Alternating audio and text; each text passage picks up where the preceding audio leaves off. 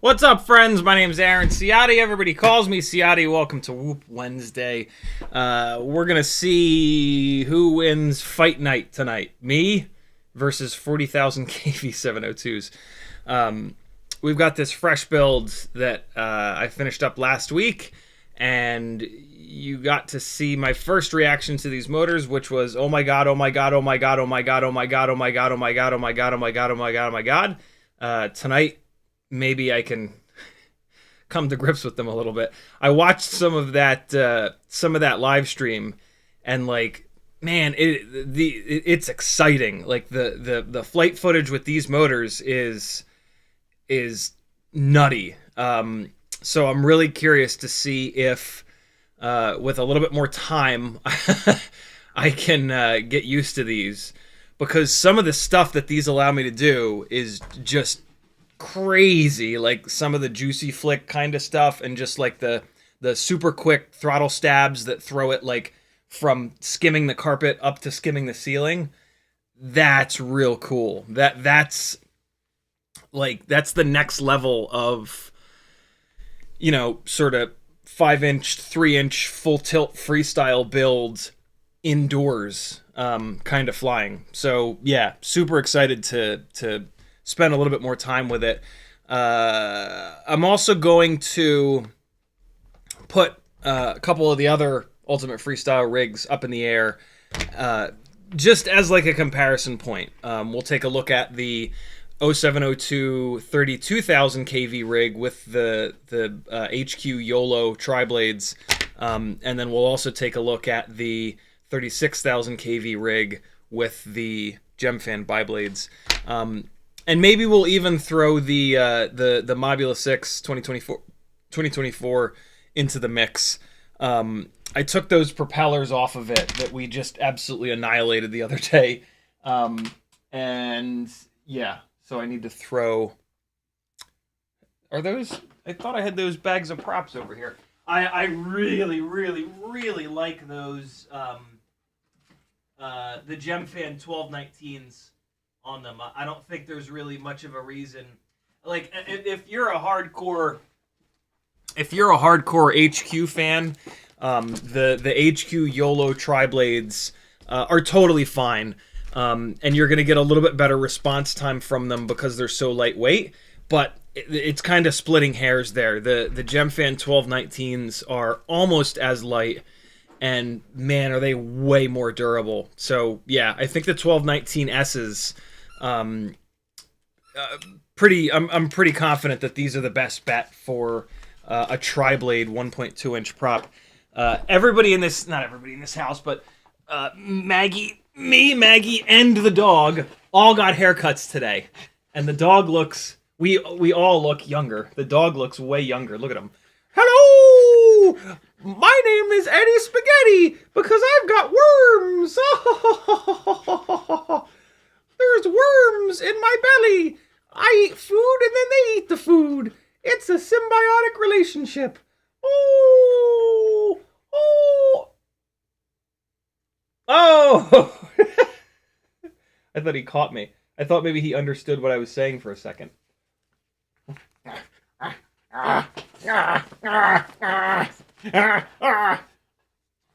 I love you, little dog. Oh, you're the best. Oh! Come here. Oh, he just froze. The promise of me throwing one of his toys is enough to just... Squirrel!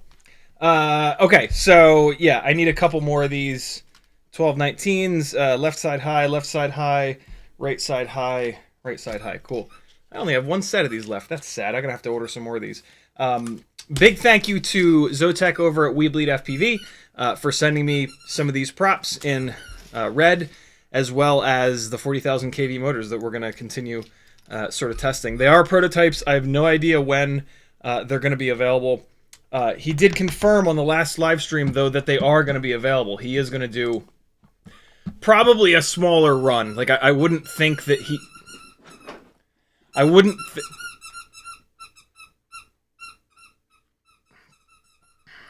Why did I throw the baseball bat? I wouldn't think that he's going to get that many of the 40,000 kV motors. So when you see him, snag him, because... yeah, I wouldn't think that... My guess would be that he does, like, one run of them. Dog. Jesus Christ. Good boy, he's going upstairs. That's just my guess. I don't know, maybe he gets 100 sets of them because they're absolutely hysterical, and I think that everybody should own a set because it's just nuts. Like, it's just absolutely outrageous that we can get that much power from a 65 millimeter tiny whoop. So you never know. Maybe he'll get a whole bunch and they'll be in stock forever. But yeah, if you're looking for a crazy time, a crazy experience, yeah, those motors will reset your expectations as to how much power a 65 millimeter tiny whoop can really have. And I mean, to some extent, like with those motors, why would we need a 75 mil rig, right? Like 75 millimeter rigs are kind of, you can make the argument that like the point is that we want more power.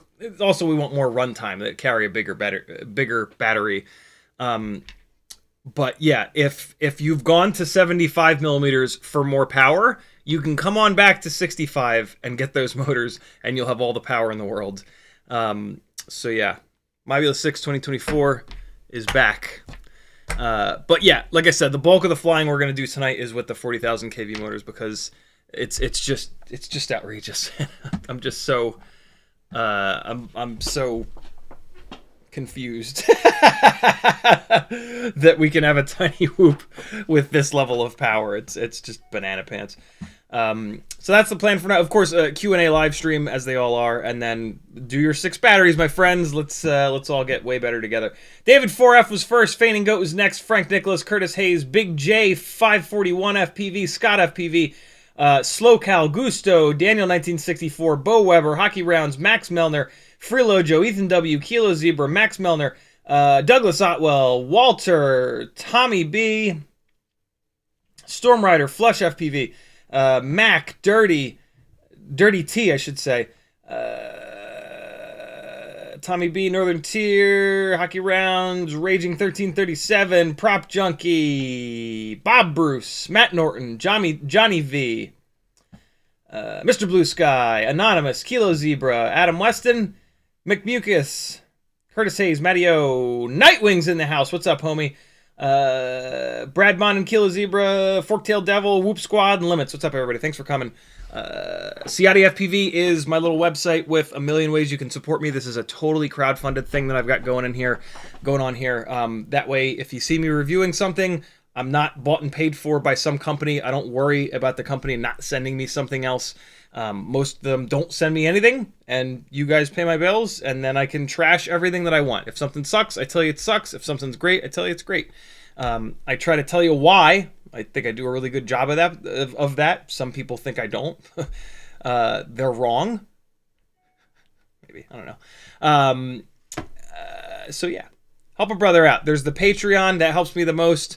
There's a Fiverr store where you can work one-on-one with me. Take advantage of somebody with almost 8 years of knowledge in FPV that's willing to just dump it all on you. You can record the session. You don't have to like take notes or anything like that. Half an hour, you're going to get like 6 months to a year worth of knowledge. All the knowledge is out there. All my knowledge is in these live streams. I have like almost 1,000 live streams at this point. So like everything in my brain regarding FPV is here, but it's going to take you a lot of hours to get all of that together. So for not a whole lot of money, you can sit down with me and ask me all of the questions that you've got, and I'll give you the straight answers. And then you can, like I said, get like 6 months to a year. Like the amount of knowledge that it would probably take you 6 months to a year to gather, you can get in like a half an hour. So do it. You're going to thank yourself later. You're going to thank your past self. I don't know. There's also an Etsy store with some fun stuff you can buy, some stickers, some hardware. There is a Teespring store with some fun shirts. This is not one of those shirts, but this is my favorite FPV shirt of all time. But I don't really wear it all that often because the silk screening is very thin and it's starting to kind of like break up. If anybody has one of these shirts in medium that's in good condition and you don't want it anymore, I will pay handsomely for it. RotorRiot doesn't sell these anymore, unfortunately. I think I'm actually going to bug RotorRiot to maybe remake this shirt because I know a lot of people that love this shirt. So I don't know, maybe we'll see.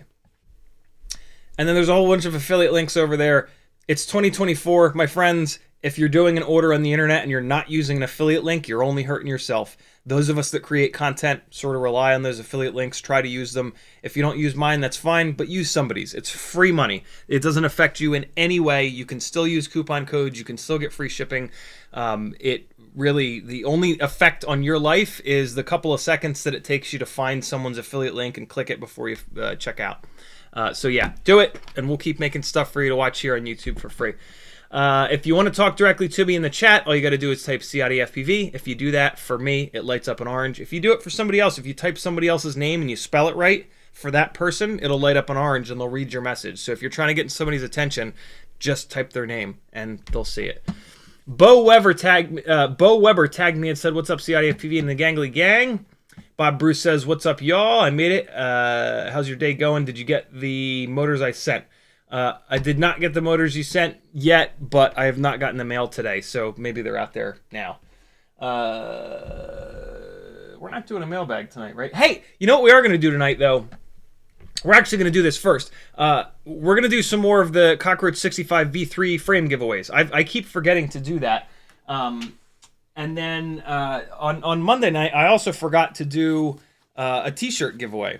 So we can do a quick t-shirt giveaway. This is the shirt.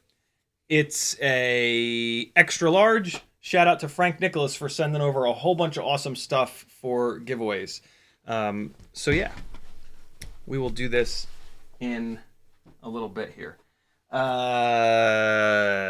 me get caught up on chat first, though. As soon as I get caught up on chat, we'll do some giveaways for the Cockroach frames, and then we'll do the shirt, and then we'll do some other stuff.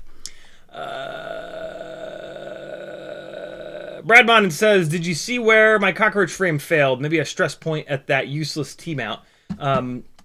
I did just see that in on Discord. There it is. Finally, how did that happen? Was that this frame looks pretty beat though? There are like these colorations all over the place. Tell us more in the chat. How many batteries was that? How hard of a hit was that? How hard did you have to beat this Cockroach 65 frame to do this? I have not. I've been running the Cockroach frames on a bunch of rigs, and I'm starting to see a couple of those little like, they're not really hot spots, but like, I don't know, spots where the plastic is obviously flexing, but nothing like the Meteor 65 airframe or some of the other frames. So yeah, I'm assuming you had to hammer the hell out of that thing to do that. But tell us more. Tell us more in chat, Brad. And thank you for putting that picture up there, man. That's very cool of you. That's what makes this community so awesome that we have here, is that, yeah, there's people like you that are willing to take the time to take that picture and put it up here for everybody to kind of take a look at and share their experience with stuff.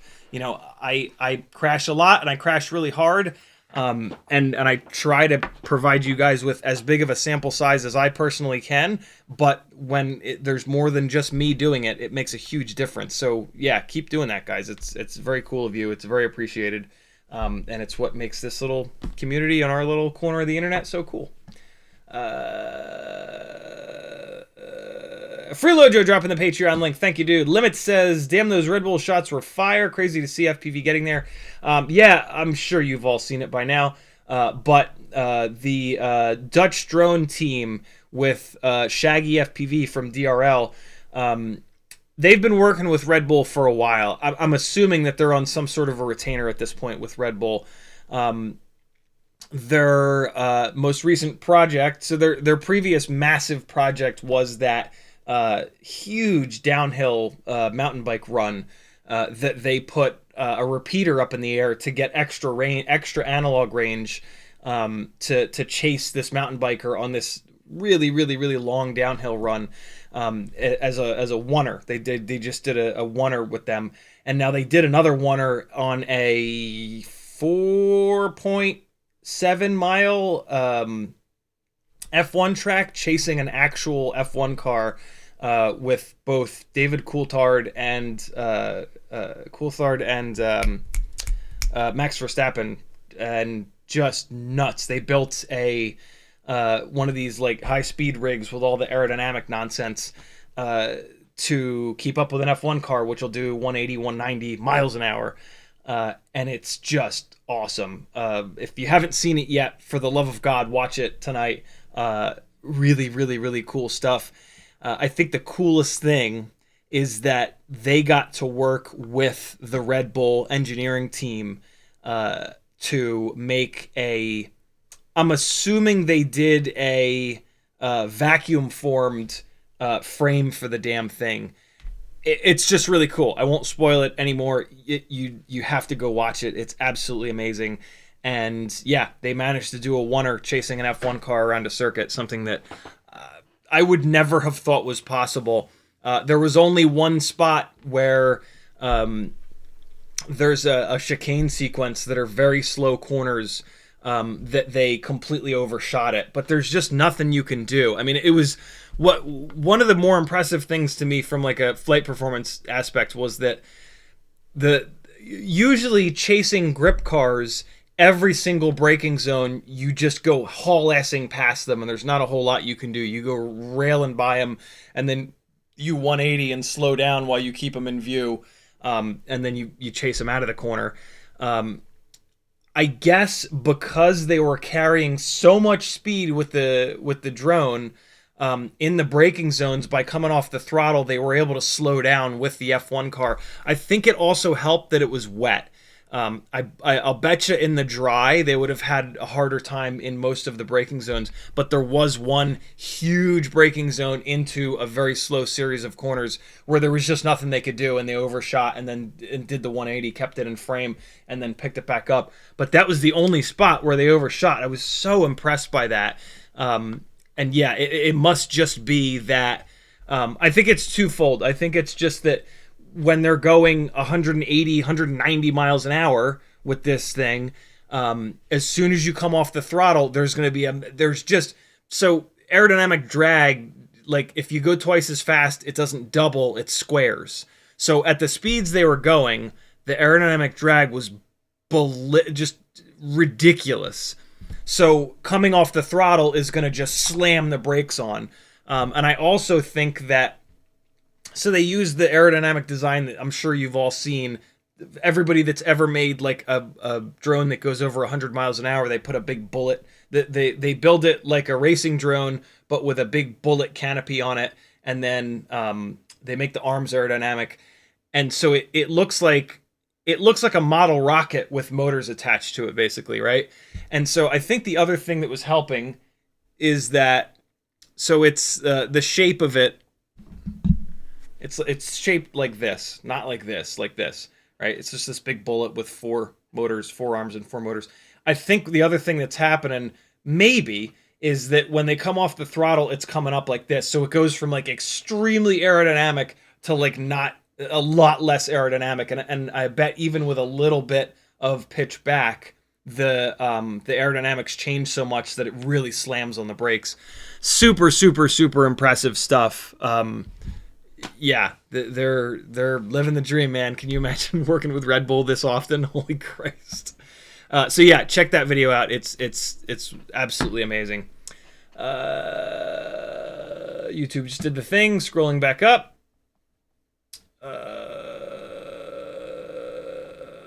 Where was I? SlowCal says, thank you for the amazing Fiverr session. I highly recommend booking a session to anyone. Thank you, dude. Look forward to the next one.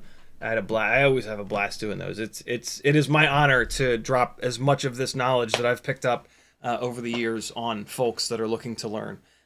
It's yeah, like people that are interested enough to learn to like pay someone that's super experienced.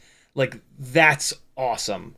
For some people, it's not realistic, and that's totally fine. Like that's why I love that any of you guys come to these live streams, like this long form format that I've got going on here. Is it takes some, you know, like you have to commit to it a little bit, right? It's not just being handed out to you in 10-second shorts. So it's really, really cool that anybody kind of hangs out. But yeah, next level is like, I really want to learn, and I'm willing to spend some of my actual money to do that. So that's just super flattering, and it's really cool. And it's also, you know, like I have to generalize a lot of stuff, on these live streams.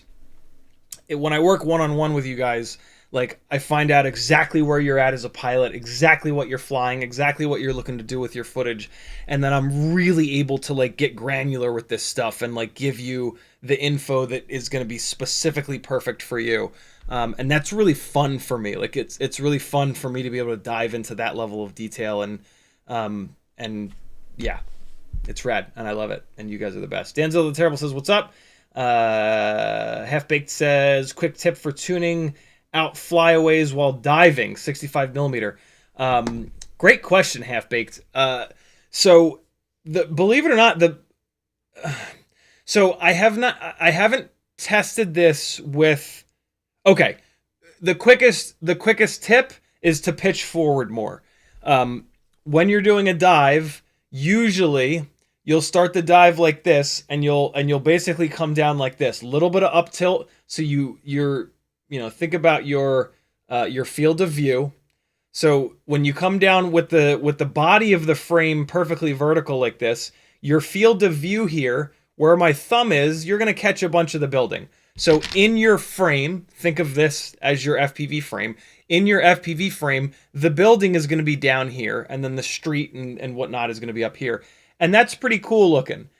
What a lot of people don't realize, but the problem with that is it's falling straight down and air mode is on. The motors are always spinning, otherwise it's just going to be all over the place. And so the motors are spinning, so it's making a little bit of thrust, and so the thrust is going to pull it out off the building. So what a lot of people don't realize is that you can just pitch forward more. And in my opinion, the shot actually becomes more interesting. The more you pitch forward, the more the building is going to fill the frame, right? Like the ground is just the ground. The building is, and the ground is kind of frozen. The building is whizzing by at 20, 30, 40, 50, 60, 70 miles an hour as you dive more and more and more. So fill the frame more with the building. In the process of doing so, there's going to be an aerodynamic benefit to offset the thrust. The incoming air is going to go like this, and it's going to kind of bounce off a little bit, and that's going to push it towards, and then you've got the little bit of thrust coming off the propellers that's going to pull it back out. So if you pitch forward just the right amount, it'll just fall dead straight down. Tiny whoops, you have to so like a non-ducted rig, you don't really have to pitch it forward all that far, and it'll fall absolutely straight down. Tiny whoops have a little bit harder of a time, so you end up having to pitch them forward pretty extreme. But again, the building is the subject, and it's whizzing by, excuse me, and it looks really, really cool. And then at the bottom of the dive, you can almost have like a moment of a reveal where you pitch back and you show the ground, and you're like, oh shit, we dove all the way down that thing, and here's the ground now, and recover and hopefully don't die. So that's the easiest solution right there, is just pitch forward more. For the love of God, everyone, please, please, please stop doing rolls down the side of buildings. It doesn't look nearly as cool as getting locked into the building and just letting the building do the work. Like the dive and the building becoming like the vertical face of the building all of a sudden becoming like the ground, that's the magic to a dive. Stop working so hard.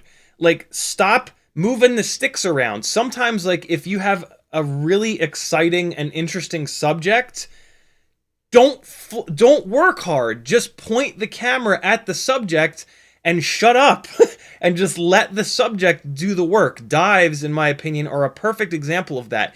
It's not the time or the place for you to show how amazing of a pilot you are. It's your chance to show what a good camera person you are, what a good camera operator you are. You've put your camera into a situation that's incredibly interesting that no one has been able to do up until the last, like, 8 years, right? Like, you can't do that shit with a full-size helicopter. Like, no one's been able to dive down the side of a building 2 inches off of it top to bottom. So just let that be the amazing thing. Even though, like, everybody's done dives, it's still incredible, right? So stop spinning around. Like, I get that a lot of times the whole spinning around thing is because you're getting pulled out off the side of the building and it's not as impressive, and you can start to rotate and then hammer the throttle to pull yourself back in. But it's so much cooler if you just pitch forward a little bit more, and then you can suck yourself back into the building and not rotate on the way down. Yeah, in my opinion, be camera operators as much as fighter pilots. I always get so disappointed when people start barrel rolling all the way down the side of the building. It's just like, you know, just if you're gonna do barrel rolls, just go into a field and hammer the thing 1,000 feet up and then barrel roll all day. Get it out of your system. When you've got a really cool subject, let the subject breathe, and it's just so much more impressive, so much cooler looking. So that's my main tip. The next, if you want to start diving into setup stuff, going to props in helps with cinewhoops when they drop altitude quite a bit. So I'll betcha that going to props in on a tiny whoop, which has a similar aerodynamic situation as cinewhoops, is going to help it. I have not tested it yet. I do plan on testing it, but yeah, if it helps on cinewhoops, it should help on these. There was a while when tiny whoops were very power limited that we realized going to props out helps during really hard yaw and roll maneuvers because of how yaw spins up 2 motors and breaks 2 motors down. Being props out helps the rear motors on really hard turns. That was back in the days of like 19,000 kV motors. I think now that we're up to 30, 32, 36, 40,000 kV motors, that we don't have to worry about that anymore, and we can go to props in without sacrificing. But again, I just haven't had a chance to kind of test it quite yet. At some point I definitely will. I just need to find a little spot locally that has like a proper flat vertical face that's high enough for me to dive down, and I'll just bring 2 rigs with... I don't know how I'll do it. I don't know if I'll bring 2 rigs with me or just bring 1 and then change the props and bring a laptop.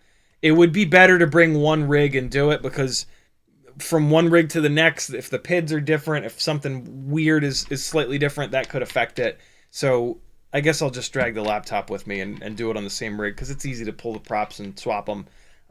So yeah.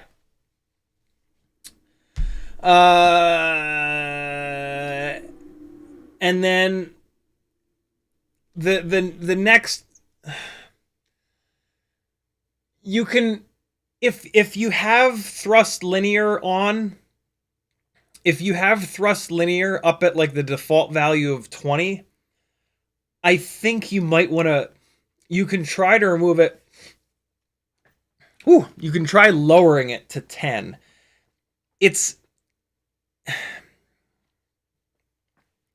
hard though, right? Because like, as you, or alternatively, you can lower your digital idle so that when you're at 0 throttle, the motors are spinning a little bit more slowly. The problem with doing either one of those things is that when you're coming down the side, this is gonna the rig is gonna accelerate quite a bit, and as it accelerates more and more, the aerodynamics situation is gonna get worse and worse. And so by lowering those 2 things, you take away the rig's ability to stay nice and smooth on the way down, and you might get to a point where it's wiggling and wobbling all around, and then the shot looks terrible. So yeah, it's kind of tough. It's something you can play around with though. Thrust linear, bring it from 20 down to 10, or maybe even turn it off all the way, and then your digital idle, or if you're using RPM filtering, your digital idle, lower that down. If you're not using RPM filtering, your idle, lower that down a little bit too. I guess the way to do it would be to go to lower everything, go out, do the dive. It's probably going to start wobbling around, and then you raise those things up a little bit at a time, and then you just keep raising them until it has just enough authority at 0 throttle to stay nice and smooth all the way down, but the idle is as low as possible. And the other one that I just mentioned seconds ago is as low as possible. That I can't think. Thrust linear is also as low as possible. So. And that's pretty much it. There's not a whole hell of a lot else that you can do to help it, other than like taking it out of the tiny whoop frame and putting it into like a Babito or a little tiny toothpick style frame. That would very easily fix the aerodynamic nonsense that happens, and it would dive absolutely perfectly straight down the building. Max Melner says, have done a WeBleed crown frame build yet? Quite a few, Max. Yeah. There's loads of content here on the channel from the last couple of months with the crown frame. WeBleed sent me those frames very early. So I've been testing the prototypes of those frames since last year. So yeah, just go into my lives and you'll see loads of thumbnails with the crown frame. You can also click the little magnifying glass on my channel and just type crown in, and it'll come up with tons of results. Loads and loads and loads of content on that frame. It's a great frame. I do like the Cockroach 65 V3 a little bit more. And I actually just did a tiny whoop order yesterday with a clear one of these Mobula 6 2024 frames. So I'm going to try that frame as well. It's 0.2 of a gram lighter than the Cockroach 65 and the crown frame. So yeah, lots of cool stuff coming. It's not quite 0.2 grams lighter because you've got to use longer screws on it. The Cockroach 65 frame uses really short screws, but when you weigh the frame, you don't take that into consideration. So the Cockroach frame appears to be heavier than it actually is, because when you use that frame, you have to use these short little motor screws, whereas all the rest of these frames, you have to use much longer motor screws. So the actual weight of the Cockroach 65 frame is a little bit deceiving. Once you've actually put it into the build, when you weigh it, you kind of go like, wait a second, like if you weigh the Cockroach 65 frame and the WeBleed crown frame, the WeBleed crown frame is a little bit lighter. So then, like you like, for example, I had a bunch of builds that were on the crown prototype frames, and I moved them over to these Cockroach frames, and I expected the builds to get heavier, but they actually got either a slight bit lighter or they were the same weight. And I'm like, what the hell? Like, how the hell did that happen? And eventually I realized, like, oh, right, dummy. They give you these short little screws to run. So yeah, keep that in mind. What else is happening here?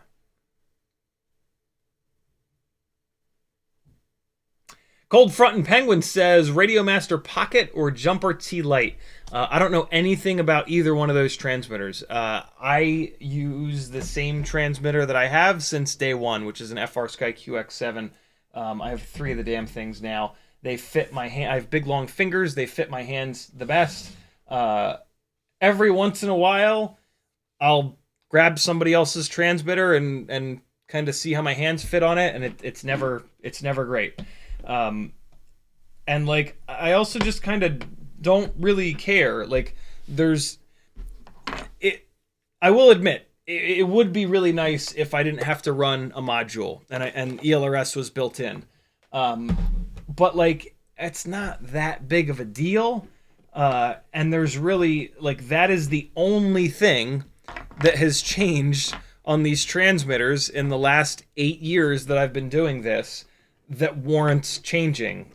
So yeah, like, for me, I think a used QX7 or a used X9D with a module in it is an awful lot of a better deal, because you're going to save a bunch of money versus buying a shiny new transmitter that has a color screen that displays text, right? Like, there's all these, there really, in my opinion, hasn't been anything all that interesting that's changed in these transmitters recently. The ELRS thing is very cool, don't get me wrong, but just slapping a module in the back is no big deal. So yeah, I don't know, the whole, like, and it's also super frustrating that they just keep coming out with transmitters. Like, it feels like I don't know. It kind of feels like these companies are sort of taking advantage of us and being like, hey, you need this new transmitter, guys. God damn, you need it. You need this new transmitter. It's the best thing ever. You'll definitely fly better. And it's like, no. Just get a transmitter and run it until it catches on fire. And they're not going to catch on fire because they're super, I mean, you don't smash them into brick walls and shit. So they tend to last forever. But yeah, I don't know. I don't know anything about any of these new transmitters because I just have no reason for them. But here on YouTube, loads of content creators review every single new transmitter that comes out. So luckily there are tons of reviews here about those transmitters. But just, keep in mind that, like, for the most part, the transmitter is not going to do anything for you. So, like, kind of get the cheapest one that's not total garbage, I guess. Make sure, I will say this, make sure that it is either upgradable into or comes with Hall sensor gimbals. That is important. Hall sensor gimbals do make a difference for sure. So as long as it has Hall sensor gimbals and a module bay, to me, that's 99.9% of it, and that remaining 0.1% I just kind of don't care about, and I don't think you should either. There are all these other things in FPV that are going to allow you to get better faster and have more fun faster. Yeah, transmitters are not like a fun part of FPV. You don't even get to see them. You have your goggles on the whole time. So again, as long as they have Hall sensor gimbals, that's the thing that you can actually feel. Beyond that, as long as they fit your hands, that's all that really matters. So try to link up with a bunch of local FPV people and get your hands on their transmitters to make sure that your thumbs can hit the corners and to make sure that it's comfortable and you like the button layout. That's what's important. And I can't really help you with that. I have no idea what you like or don't like or how big your hands are or anything like that. So yeah, radio selection to me is like a hands-on kind of thing, which is tough. You know, you look at these reviews on YouTube and they read off the specs list and you get all crazy about like, oh, well, this one has 17 switches and this other one only has 16. I definitely need the 17 switches. Well, it's like, no, you don't, because you only really have 8 channels, so all those extra switches are kind of dumb, right? Like on my transmitter, I have removed switches because there's no use for it and it just gets in the way of my knuckle. So yeah, there are a lot of like things on these radios that are completely worthless. So make sure that you don't get sucked into the hype because you'll just end up wasting money. If it fits good in your hands, that's the most important part. And Hall sensor gimbals. David 4F says, did Happy Model give any dates when they would start selling the new Mobula 6? They did not, but I have seen on eBay there are a whole bunch of them for sale now, so it can't be long before they're available. Walter says, can you repair with a 3D print pen? Probably, but I would much rather use E6000 or Welder. 3D print pen, I guess you would use TPU to repair with. And I don't think TPU is going to bond. TPU is nice because it's flexible, like E6000, but I wouldn't think that TPU would bond as well to the plastic frame for that repair as E6000 does. E6000, like when it's curing, it really grabs onto the plastic and holds on really tight. And you end up with a repair that's damn near as strong as before it broke. It's really magical stuff. And if you don't have E6000 yet, you need it. It's just something that you absolutely need to have in FPV. You're going to use it all over the place. It's also called Welder, Welder, and it's sold in a red bottle like this. Mine is old, but yeah, Welder is the same thing as E6000. It's brilliant stuff. Get you some.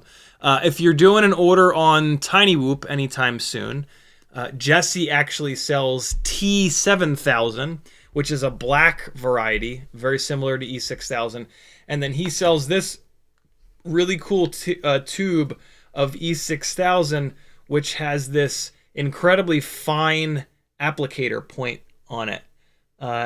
And it's just amazing. Normally it's like a big, normally E6000 has a big old nozzle on it, which is totally fine, but like having this little fine point, you can just squeeze a lot of it out if you need to put a bunch of it, or you can just put a tiny little bit of it. It's really cool. I can't wait to use this T7000. I think it has the fine tip too. Yeah, the T7000 has the fine tip too, which is really, really cool. So yeah, next time you're doing a tinywhoop.com order, snag both of these. E6000 and Welder are clear. T7000 is black, which is pretty slick. Brad Monden says, and stairs, LOL. What? Oh, all wood floors and some outside. I'd say 75-ish batteries. Wood floors and some outside and stairs. Okay, so you beat the hell out of it is what I'm hearing, right? Just confirm that for me. Confirm that you really bashed the shit out of that frame. Also, did it break when it was cold by chance? I'm curious about that as well. Matt Norton says, what's the best way to pay you for the batteries and frame? Over on CiottiFPV.com, there's a PayPal button. It just makes your life super simple. You put the amount in there. There's a little spot for you to put the note. Or you can go to PayPal and you can probably search for CiottiFPV, but there's no real reason to. Just go to CiottiFPV.com. There's a PayPal button. It just makes your life quick and easy. David Chong says, sent you an email regarding sending you Firefly 0702 36,000 kV motors. May I have your details to get these motors to you? Thanks for the content.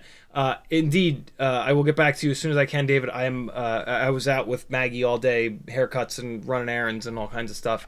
So yeah, and I was slammed yesterday too, so I'm a couple days behind on emails.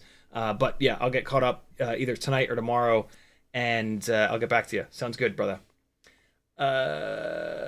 Much appreciated. YouTube did the thing again, having to scroll back up to find my place. You would think that the second biggest live streaming platform in the entire planet would have a chat service that doesn't just randomly scroll to the bottom over and over and over again. But, you know, why make anything... Look, if you've got a company that's so big that it can't possibly fail... This is the secret. This is the secret to life. Make a company that's too big to fail, and then you can just treat everybody that works for you and uses your company and your service like absolute dog shit. Facebook is the best at this, for sure. You can just treat everyone like shit. You can have a terrible product that doesn't work right, and then but you can just sit back and just be showered with money as everyone hates your product, but there's nothing that they can do about it. That's America, my friends. That is a fucking America right there. 10-second runtime. That's a fun YouTube name. Says, would the HQ ultralight 40mm prop be viable on 702s as a newer pilot? I threw my Mobeetle in a 75 air/pinch cam, low pro cam mount. Thinking about tossing my newbie drone 0702 29,000 kVs on. Not really. The 0702s are just barely grunty and torquey enough for 31mm bi-blades. A 40mm HQ ultralight 40mm prop. Is that the new bi-blade? I think I might have gotten a set of those on my Tiny Whoop order. Hang on. Is this them? Is this what you're talking about? This is pretty cool. This is the first I've seen of these. So yeah, this is a 40mm bi-blade that looks really similar to the YOLO props. Weight 0.2 grams. That seems pretty light.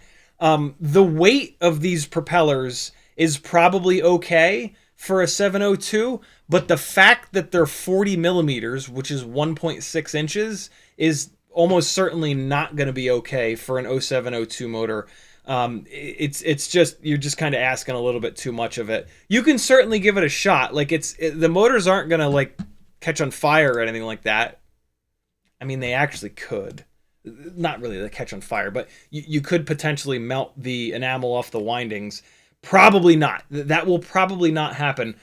More than likely the situation will be is that you'll just lose response time. So you'll have a rig that feels very lazy, and you have to really push the PIDs up really high to get even remotely decent of a PID tune with it. That's sort of been the curse of 75mm rigs for a while now. We've done a really good job at dialing in 65mm 1.2-inch propeller builds in terms of motor sizing and kV and the weight of the propellers. But 75mm 1.6-inch prop rigs, they just haven't had so many people experimenting with different setups, so they're just not as dialed. Very recently on the Walksnail 75mm build, I realized that 0802 33,000 kV motors really woke that thing up. That's a heavy build though. On lighter weight 75mm builds, the 0802 27,000 kV motors feel pretty damn good. I'm actually really excited to try those lighter weight rigs with the higher kV motors. I think that I think power wise it's going to be overkill, but I'm really interested to see what the response time kind of feels like. So we'll do some testing on those sooner than later. But yeah, 702s, it's a little too small for anything bigger than 1.2-inch propellers. Bi-blades, I love them on. The really, really, really light tri-blades they also work on. But those 1.2-inch propellers are a lot lighter than the 1.6s. So yeah, you got to think of it in terms of like percentages, right? 1.2 inches versus 1.6 inches It's like, oh, what's 0.4 of an inch? Like, that's practically nothing, right? That's like this much. That's not much. But think of it this way, right? 0.4, 8, 12, 16. That's a 25. It's either a 33% change or it's like a 25% change. That's crazy. Think about that as like a 5-inch prop, right? Like a 5-inch prop, you add 25%. 25% bigger than 5-inch is a big number. I should be able to do that in my head, but 5 times 0.25. So that becomes a 6.25-inch propeller. Imagine going from a 5-inch propeller to a 6.25-inch propeller. That is a massive change. That's going to require a much bigger motor. You're going to have to go from like a 2306 or a 2207 up to like a 2808 or something like that in order to control that big of a change in propeller size. So yeah, going from sticking with a 702 that's really well dialed for that 1.2-inch prop, you go up to 1.6 and you have to have a bigger motor to really get you that same response time out of the propeller. If you're looking for that really crisp, really controlled 65 millimeter flight experience where it's just on it, it's just on set point all the time, and it flies really, really, really locked in and dialed. If you don't care about that, then the 702s will be a lighter motor, and you'll have something that's better for like long range tiny whooping. Not that anybody would ever do that, because what are you going to go 50 feet away instead of 20? How long range can you get with a tiny whoop? I really want to find out the answer to that, actually. I really want to put, I want to find like a deserted road, and just fly from the passenger seat and just launch and then get to a cruising altitude and just drive next to the damn thing and look at the odometer and see how far a tiny whoop will go on a 300 mAh battery. Because I put one 1,400 feet vertically, so it'll go way farther than 1,400 feet flat and level, right? I wonder if a tiny whoop will go a mile. I'll find out one of these days. Where are we at? Gray Hat says, what's up? Anonymous says, I know you love your Tyrannus, but if you one day absolutely had to replace it, what would you choose? And not another Tyrannus. I would just start going to the local not events, but I would just go to the spots that the local guys fly, and I'd be like, yo, can I grab your transmitter for a second? And I would just put as many different transmitters in my hands until I found one that felt anywhere near as comfortable as the QX7. I've done this a bunch. I've had a lot of these transmitters that exist. Not the ones from the last like year, but prior to that. I've had most of those transmitters in my hands, and there's just not a single one that can even come close to... I mean, the QX7 is just a really weirdly shaped radio, right? Like it's very short and squatty, and then it's very wide. And yeah, it's funny, man. There's a whole bunch of us that are just diehard on the QX7. Anytime I see someone else using a QX7, I'll just be like, I see you. And it'll be like, wait, what do you mean? I'm like, QX7 for life, right? And we're like, really? Right, yeah. It's just like, it's this funny little like thing because it's such an old radio. But yeah, it fits so nice in some of our hands that, and that's the most important part, right? Like none of this putting 12 different buttons across the top. Who gives a rat's ass? A color screen, who gives a rat's ass, right? Like ELRS built in, like, yeah, kind of cool, but honestly, who gives a rat's ass? Unluckiest number says, been in the hospital. Hope you're okay, brother. Get out of there soon. Or else. No, stay in there as long as you need, actually. Gray Hat says, I got banned from an important Discord yesterday for being a little too difficult with the mods. Recently DX'd. Diagnosed with OCD, regularly misconstrued as being snarky with mods. When I'm not, it sucks. Look, getting diagnosed with something is way more important than somebody getting mad and banning you. So it's actually a really good thing that there was a diagnosis there. That's one of the first early steps to getting better. So it's actually a good thing. But I appreciate you, bro. It's nice to get affirmations that it's okay to be broken. Much love, my guy. Not broken, man. Just unique. That's all. None of us are broken. I mean, if by that rationale, we're all broken, right? Because we all have things that are like not right or not socially acceptable or not whatever about us. None of us are broken. We're just fucking snowflakes falling from the sky in a round spaceship hurtling through the heavens towards God knows what. So yeah, Grey Hat also says, talking with a board game store to fly around their space. Very cool.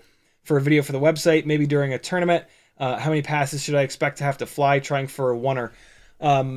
It depends. It depends on how much basically like choreography there's going to be. The biggest oneer that I did was up in Tennessee, and there was a lot of things going on. There were a bunch of people waving. There was a truck driving away. There were people like shoveling dirt. There was somebody opening a grill, and we were trying to get the smoke coming out of the grill. There was like a garden party, and like with somebody throwing a frisbee and a dog chasing it. There were kids playing hide and seek. There were kids playing basketball. Like, it was a fucking lot of timing. And that was, oh boy, I mean, we were 3-4 hours in, and I flew, it was like a 3.5 to 4 minute loop, and I probably did it 9 or 10 times, and there was like a big reset time in between each one because the actors were going, we didn't have enough people to do all of that at once. So the actors were going from A to B to C, and so that there was a lot of reset time there. So yeah, it depends on how much choreography is not the right word, but I think that word gets my point across. It depends on how much of that. If everybody's just going to be sat down and you're just a fly on the wall, just touring yourself around, it's going to come down to you. Like, how many times do you need to get it right without like some jankiness in there that gyro flow or real steady can't get out? I don't know how to say this without sounding like an asshole, so I'm just going to say it, and you guys can call me an asshole if you want. If it were me and it was something like that with very little choreography, I could probably get that in 2 batteries, maybe like 3 passes. I've had a bunch of like site tours, I guess you could call them, where the first take I nail it, and then I just say like, hey, let's do one more just for safety, and I get it done in 2. I've been flying for an awful long time, so that helps me quite a bit. And I have my gear like pretty dialed in, right? So I would not expect for anybody that's not as deep into this as I am to be able to knock it out on like 1 battery in 1 or 2 tries. So I would give yourself minimum 3, maybe 4, because it's hard. It is hard to do that stuff when you start flying around inside of spaces and you want to have something that is very smooth and very cinematic. You have to like link everything together, and you have to start turning really early so that you can have a really gradual turn. And this is just shit that's hard to do. So I would give yourself at least 3, if not 4 or 5 or even 6 passes with like 2, 3, 4 batteries, depending on how long of a loop it's going to be. What else do we have here? Also, do not lock yourself in to it being a oneer. Nobody will care if there are cuts and edits in there. Nobody will notice. You will be the only person that notices. So don't like, if they're desperate for it to be a oneer, try to have the conversation with them of like, hey, I know that's what you want, but realistically, nobody watching is going to really notice. We will try to do it as a 1 take, But if we don't do it as a one take, I promise you, I've talked to people in the industry. I'm in this industry. The actual end user doesn't really notice, and it ends up being a much more compelling piece of footage if instead of forcing it to be a oneer, you force in like more. So like there are these situations where there'll be like a big ass gap between subject 1 and subject 2.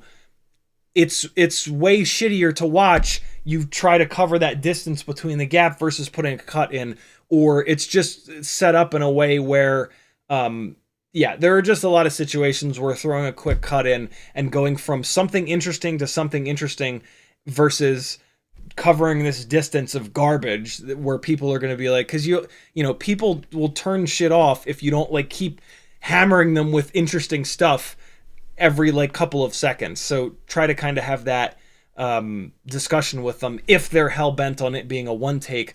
Usually the client is not, and we're the ones. Like, we want to recreate the bowling alley video, and it's just not necessary. If that bowling alley video had a bunch of cuts in it, it would have gotten just as many views, and nobody would have given a rat's ass, because it's about, putting interesting things back to back to back to back to back to back to back. So yeah, a little feedback for you there. Walter says, can you repair a frame with a 3D printer? We talked about that. Chick with a stick says, your hair makes me eggplant, even though it's short. This is a little too short, but my hair grows really, really fast. So I actually prefer for it to get cut a little bit too short, because then I can get a little bit more life out of it.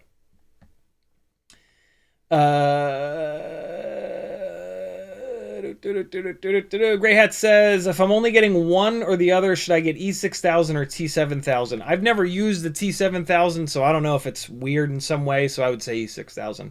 Plus, E6000 is clear, so it's going to work no matter what. The black stuff, it's only really going to look right against black. YouTube just did the thing again, scrolling back up. PDPuffFPV says, is there anything similar to Ummagrip that I can buy a roll of in bulk? Probably. There's probably something on Amazon. I have no idea what it's called. I always buy Ummagrip because Tommy is an awesome dude, and I want to support him, like, making a product that in the FPV world was kind of innovative. But yeah, if you need a ton of this stuff, I mean, Ummagrip does come in pretty big sheets. Like, it's you get a lot for what, like $4? It's a pretty big sheet here that you get. So, but yeah, if you need tons of it, it is stuff that the first time I ever saw it, it was a dash pad, a big square of it that you would put on the dash of your car, and then you would put your cell phone on top of it, and it's grippy enough to hold your cell phone. I don't know what the material is called, but I bet you if you Google, like, cell phone car dash pad, what is cell phone car dash pad material called?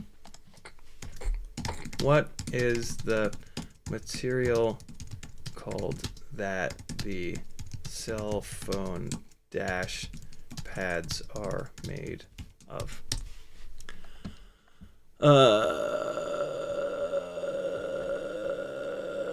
Well, that didn't work, but anti-slip sticky mat. If you do a little bit of Googling, I bet you can find it. Northern Tier says, crown frames seem to hold up better in cold crashes, I've noticed the last week or so.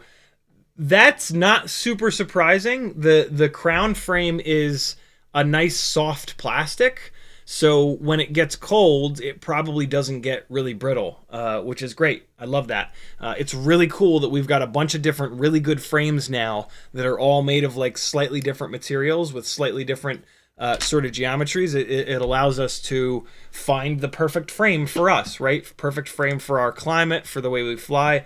And, these frames are all like $4 or $5 per, so get a bunch and have at it. Car Guide for Life says, YouTube has mastered the infinite money glitch.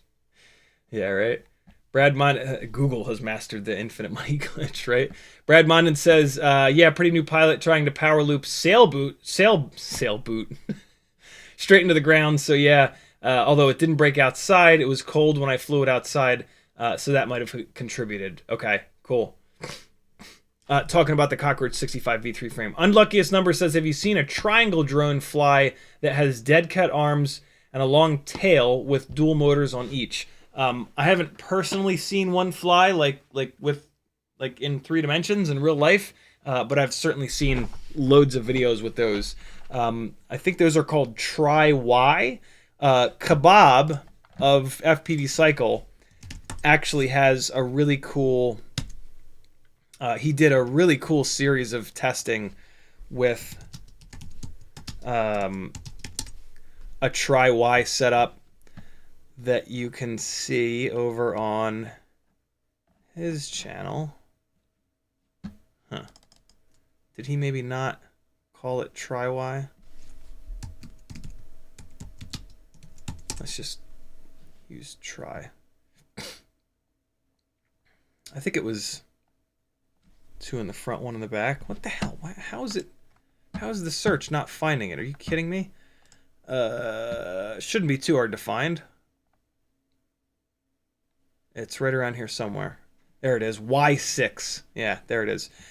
Really, really cool couple of videos. Is it just this one video? I'll be damned.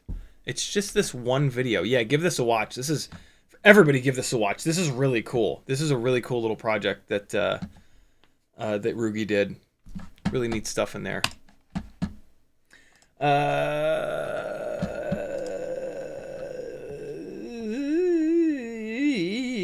Grey Hat says, have you tried T20 or Boxer? Those two would be the closest. I have not. Closest to the QX7. Yeah, I have not tried either one of those. I did notice the Boxer was a pretty short and squatty and kind of wide-looking transmitter, but the QX7 is totally fine. Grey Hat says, all of us are broken, but some people it's easier to see, and some people are more aware. Johnny CiottiFPV says, hello, did you get the foam 1S battery inserts? I did, just today as I was rolling in the door. I don't even think they made it downstairs. No, they're still upstairs. I got back from running around all day, super late. Thank you for that, brother. Very cool of you. Johnny Cat sent me a couple of the these little guys, the little foam things that you can put into the 75mm frames to let you run the skinny style batteries, which is rad. I had this one.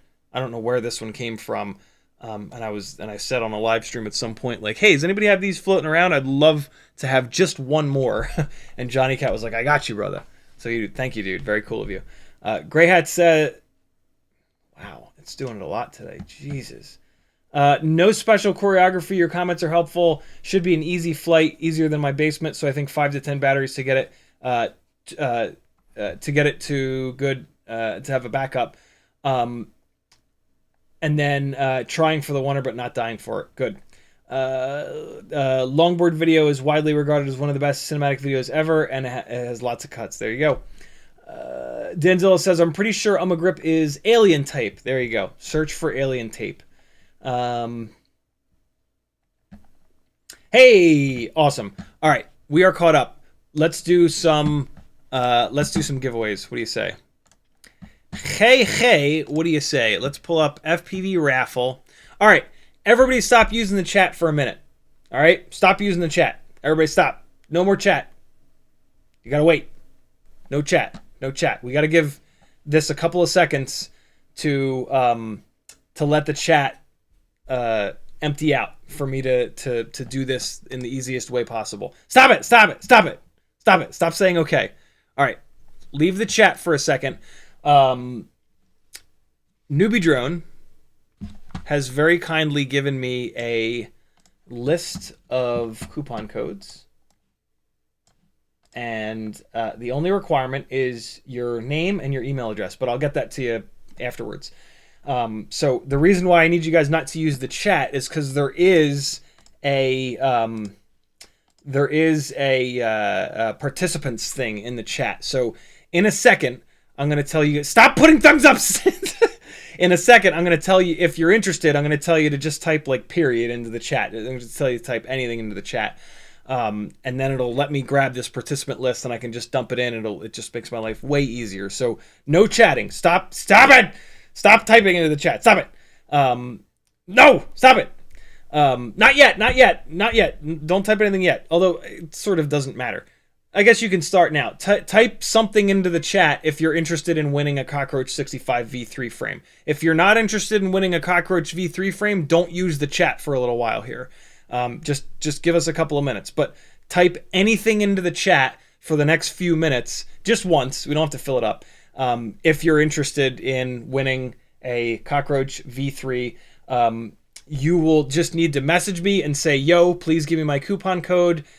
You'll also need to message me your first and last name and your email address. That's why they're willing to give frames away, because they're going to get your email address and then they're going to send you their weekly emails saying, hey, check out the new shit that we've got. And then maybe someday you'll buy something and it'll offset the price of the frame. So yeah, do not use the chat unless you want to use to be entered to win a Cockroach V3 frame. Don't say that, 661. We're not bringing that negative energy in here. Come on. All right, so give you another like 30 seconds, and then I'm going to pull a participant list, and we're going to give away 5 of these. Cool? Elliot Young, Bad for Life, Bob Noxious, and Metal Dirt Skin.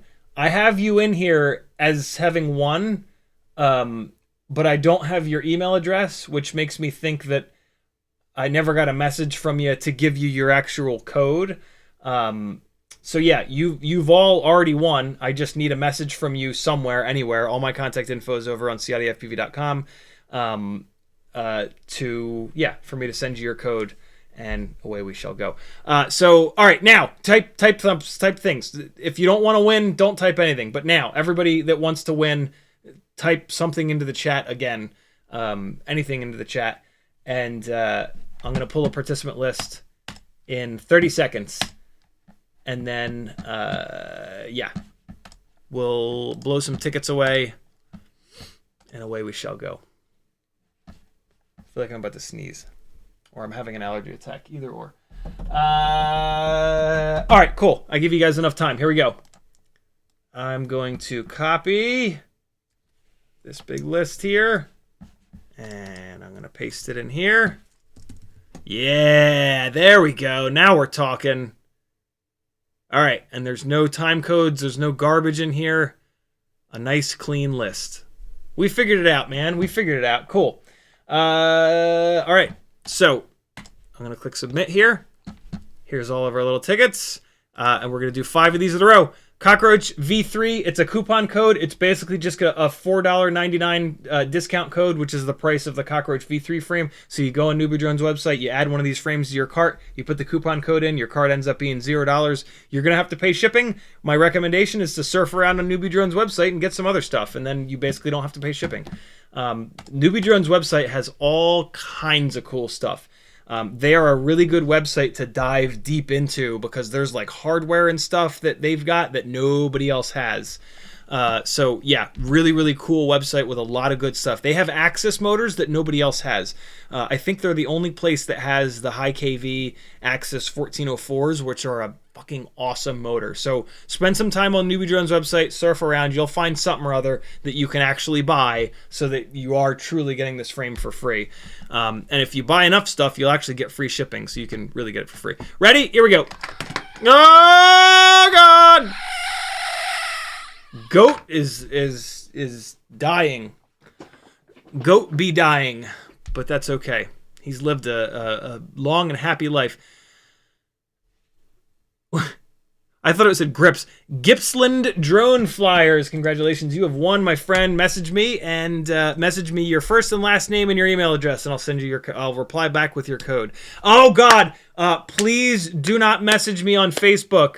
Facebook has banned me for no reason. They say that I've put copyrighted material onto their website. I've never put material onto their website. They have, I think they've got an AI algorithm searching for problems, and it's not working. And so, yeah, I'm basically off of Facebook at this point. Good riddance. They can go to hell forever. So yeah, do not message. Actually, hang on. I need to pull. This is going to be a problem. So I need to pull. Come on. Can't. What? Get out of there. Stop. Can't. Okay, there we go. Hold on. Linktree. I'm going to pull my Facebook info off of Linktree. Yeah, this is me officially getting off of Facebook. I'm done. They're a horrible company, and they can burn in hell. I should have done this a long time ago. I'm done. I'm dumb for not having done this ages ago. But the problem is, like, so many people use Facebook Messenger. This is actually like a really big problem for me because I have so many FPV related conversations in there with like companies and people that I've been working with. That are all now gone. So this is actually really, really bad, but unfortunately there's nothing I can do about it. So I'm just kind of screwed. But yeah, I don't know. Welcome to the internet. Prepare to be screwed. How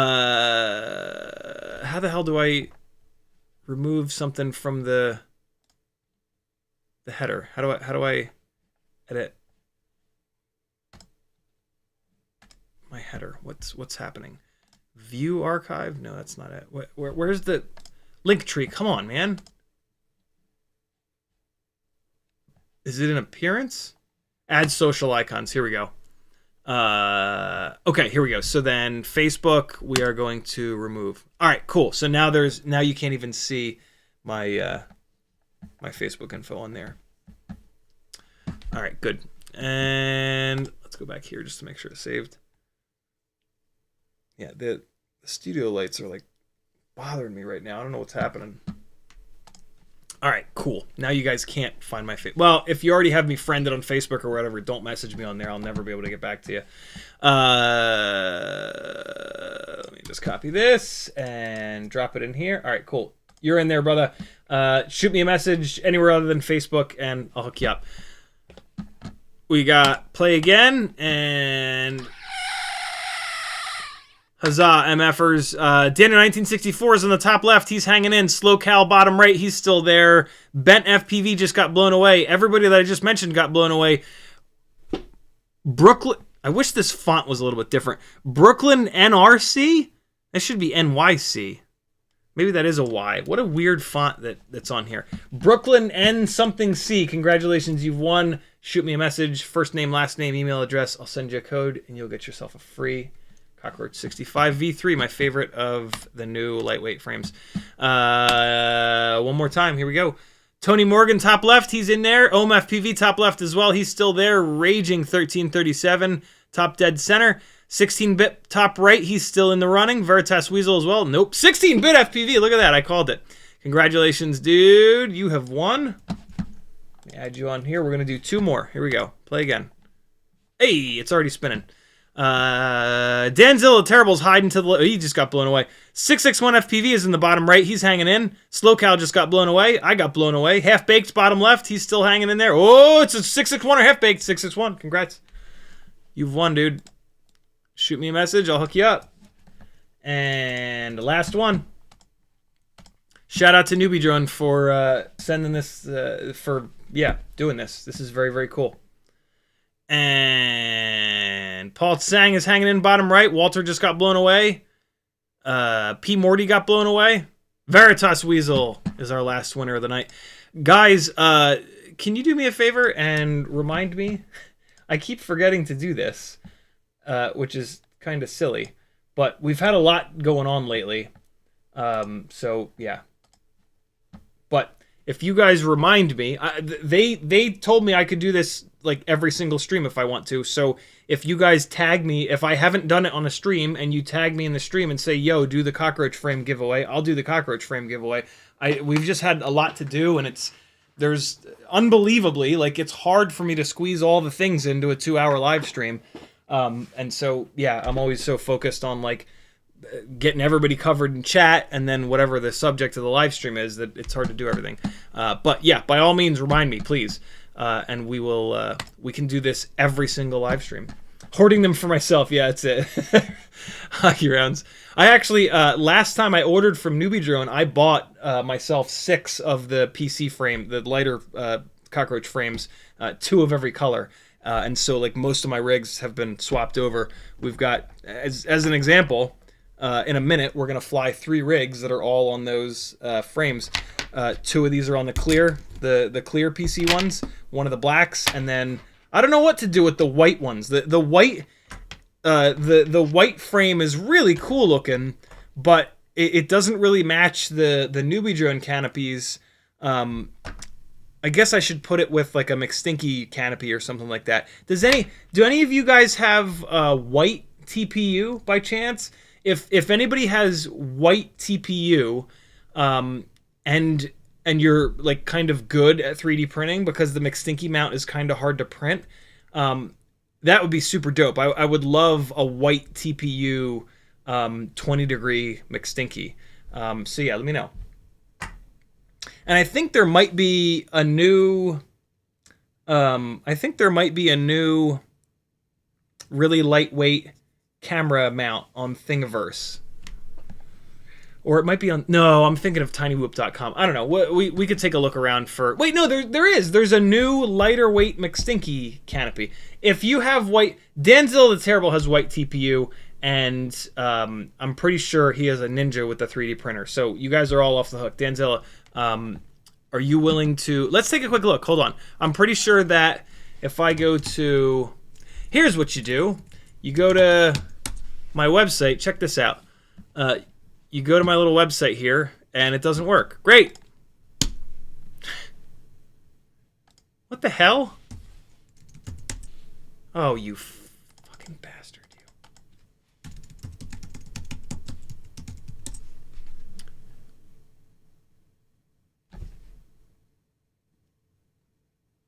There it is. You come to my website here, you scroll down a little bit, check out how cool this is.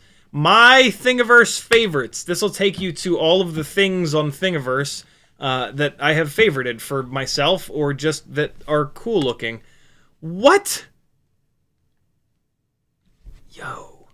Oh, that's right. It's for the... Hey, Danzilla. Are you enough of a ninja that you would be able to... Look, this is by Captain Bry. That guy's the best.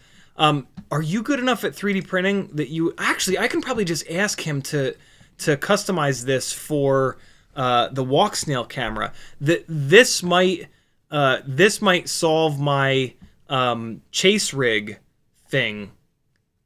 This mount with a big enough opening in the front for the walk snail light camera might work for trying to get away from these carbon fiber frames so that I get better flight performance and runtime on the chase rigs. I forgot that I found that and added it. This one I already have. Somebody made me this in red, and it doesn't fit quite right. It's a little too big, I think. I don't know. I got to dive back into that. I've been doing other stuff. So here's the McStinky, right? And it's made by who's it made by? Thingiverse has changed their... It's made by some things. No, it's made by K-Bar. So if I click K-Bar's name, there it is, the little stinker. I knew it. So it's just wow, that is really, really slimmed down. Although, wait, you know what the problem with this is? They don't have it in a low enough up tilt, do they? Yeah, the minimum up tilt is 30, and that's way too much for the kind of freestyle that I do. All right, never mind. Yeah, it's just the regular old McStinky. What's the? Ooh, they make it in 15. Oh, dude, I think I would actually rather have it in 15. I think we've done it in 20. I think like 115 and 120 would be amazing. Oh God, and also, K-Bar got back to me. I left a comment forever ago. And I asked K-Bar if he could make a walk snail light version. And he did. Yeah, there it is. Look, there's a walk snail 15 and a walk snail 20. Dude, if you could print me those as well, that would be insane. We'll talk though. I think we've been talking on Discord, if I'm not mistaken. I'll bug you. Thank you, dude. Very cool. How's the white TPU look? Does it look cool? I don't have a walk snail camera to get the dimensions. I can get the dimensions for you. I actually already have the dimensions because I sent them to Quad66. So yeah, I already have the dimensions. Cole Powers says, break out the calipers. Yeah, that's how I got the dimensions. Walter Van Ord says, blown away. What's that in reference to? It's a cool show on Netflix, actually. Walter also says, Teddy. He's upstairs. We'll leave him alone. But yeah, man, look, I got some really fun stuff in this list of favorites. Some really random shit, like a stubby nozzle for a Milwaukee blower that I don't even own yet, but I've been lusting after this leaf blower for a while. Someday I'll maybe get my hands on one. Yeah, really cool stuff in here. Some random stuff, lots of FPV stuff, some super random weird stuff. Little miniature Connex shipping container. Come on. You can't tell me that's not dope. Look at that. Hinging doors and everything. See, this is the problem, man. If I had a 3D printer, I would cancel all the live streams and I would just sit here and make this shit all day. And I would just vanish from the face of the earth because I'd be busy making mason jar pistachio bowls. I don't recognize this stuff. Oh, I clicked through to somebody's page. Oh my god, fucking lampshades? Come on now. Yeah, see, this is why I can't have a 3D printer. A little blocky dog? I'd be printing this. You're goddamn right I would. What's this thing? I don't know, but I'd be making it. Mario coins? I'd have a whole stack. Game card holder? What? Looks like a Pog holder. Oh my god, Catan boxes? Fuck out of here. Come on now. Mason jar desiccant lids? What? Look at this. Magnetic submarines?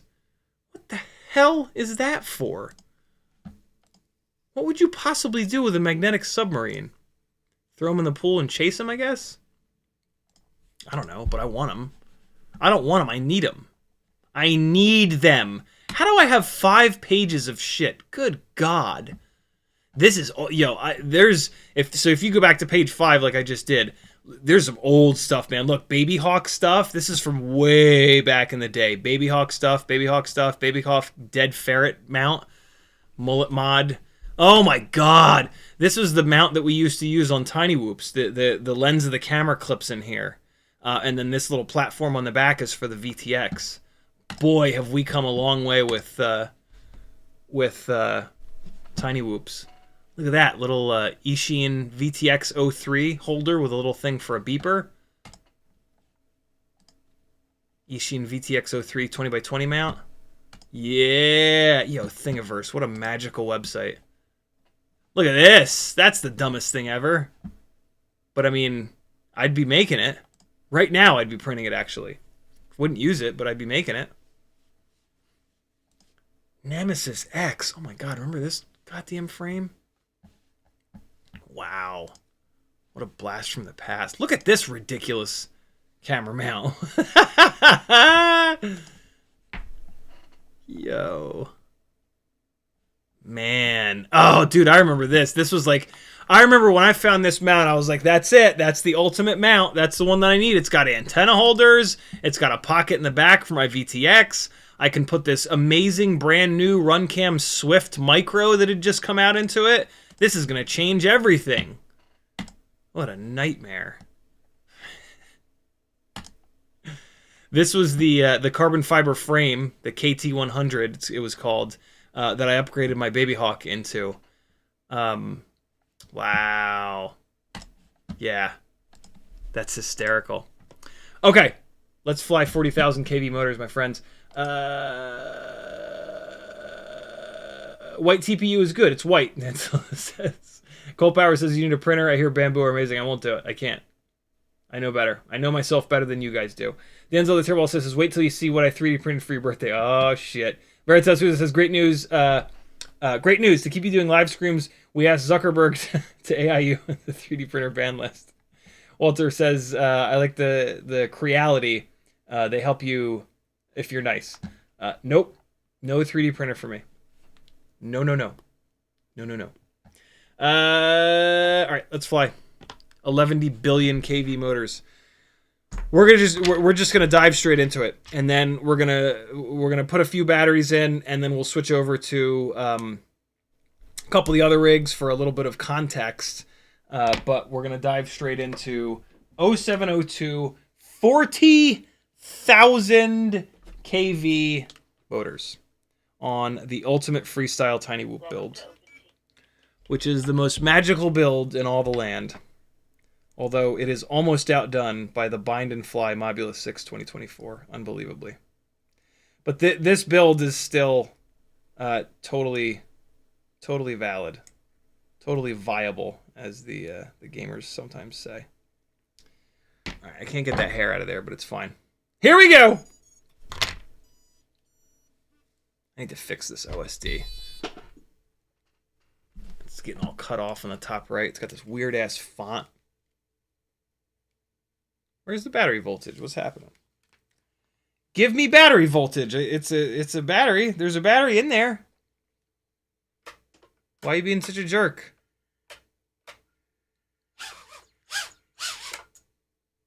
Why is it? Oh, there it goes. What? Oh, it thinks it's a 2S. Let me fix that. So, if you guys ever have that happen, here's how you fix it. If you ever put a fresh battery in and it tells you that it's 2 volts and to land now, all you gotta do is go into the power and battery tab. I'll see if I can go find Teddy, but the alarm on my phone that just went off is the Azalea go to bed alarm, and Azalea sleeps with Teddy. So our access to the miniest schnauzer of all the mini schnauzers is our window has closed. Come on, Beta Flight. God damn you. Here we go. Power and battery. And then it's this maximum cell voltage. You want to push that up to either like 4.5 or... nah, we'll do 4.5. 4.5 is plenty high. You should not be putting a battery on there that's higher than 4.5. I might as well fix the OSD while I'm in here. We want to pull this over a little tiny bit. There we go. That'll fix that. And then the post-flight stats, I want to take battery voltage end off. Battery voltage minimum, that's still good. MEHUs, that's good. Current draw maximum, that's good. G-force maximum is very fun. Link quality minimum is interesting. FFT maximum, I don't understand, so we'll turn it off. ESC RPM maximum is good. All right, cool. All set. I do want to change the font, though, just to the regular old default font and upload font. There we go. It's got that weird gigantic font that I don't really love. Hey! All set. Here we go! There was something else on this rig that I did want to change that I can't think of right now, but that's okay because 40,000 kV is going to be plenty distracting. Here we go! I'm going to go straight upstairs and look for Squidward the dog. Careful, careful, careful. Jesus. Where is he? Da-dum, da-dum, dum dum dum dum dum dum dum dum. Is that him there? That's him there! There's the boy. There is my best buddy. Hello, buddy. Why are you so lazy? Why so lazy, Squidward? Oh, boy. And this thing is all over the place. Look at him, man. He doesn't even care. Oh, he cares all of a sudden. Yeah! Care. Teddy, care. Care. Oh, God. Uh-oh. Jesus Christ, these motors upstairs. Come on, buddy. Chase me. Chase me. Chase me, small dog. No, don't lay back down. Teddy. No! Oh, I didn't need to disarm there. Don't you want to chase the tiny whoop, buddy? Look at it. Look how fast it is. It's faster than you are. It's all dark up here. We can't even see him. Come on, you lazy shit. Why are you so lazy? Teddy Spaghetti, get off your ass. Yeah. Come on. Yeah. Come on, it's a fun game, buddy. Let's go. Oh, God. Come on, buddy. Come on. Chase me. Oh, I hit him. Oh, I'm sorry, buddy. I tapped him. Oh, no, now he's afraid. Come on. Oh, no, I scared him. He wants mommy now. No, I'm so sorry. Hold on, let's see if we can hide from him.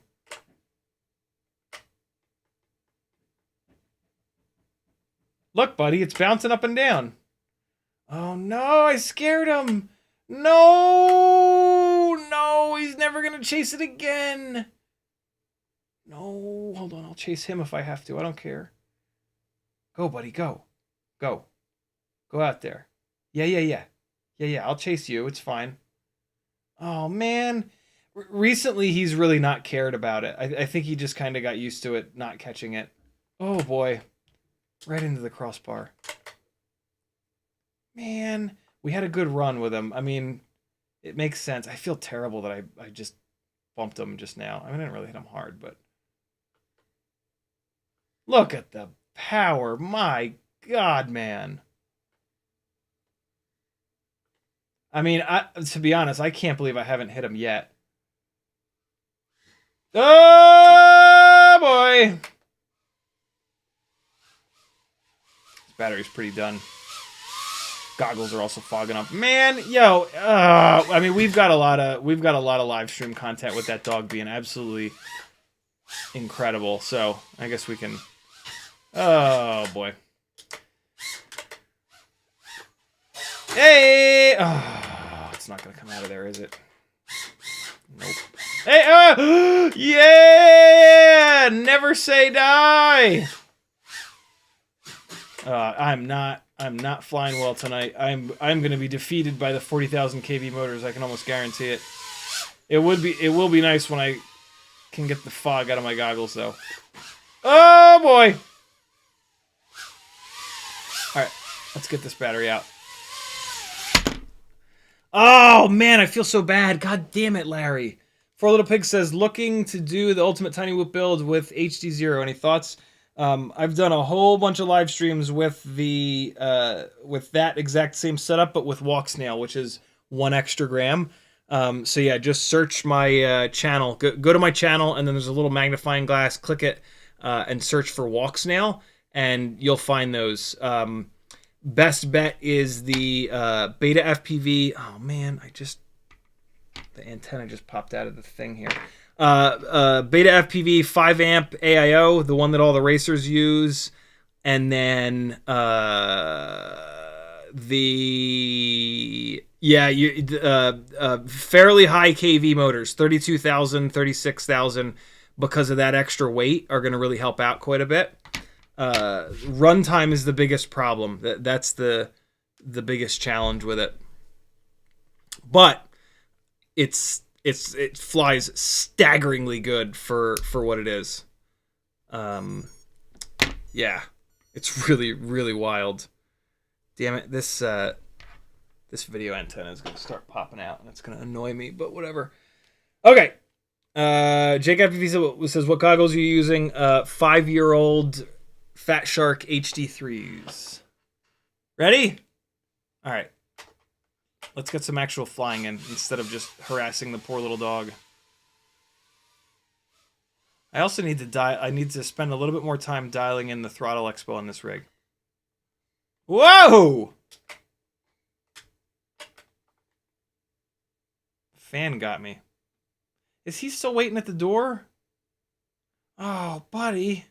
Oh, I'm so sorry. I'm the worst, man. I am the worst dog dad ever. Shit, man. Oh, God. I'm very disoriented. Oh, what? I don't even know what happened there. Let's do a full room power loop. It just requires a tiny little throttle blip. Look at the throttle on the right side of the screen. 21, 20, 18, 19, 22. Watch this. Watch how small of a throttle blip it takes. Ready? Climb. And that clears the whole room.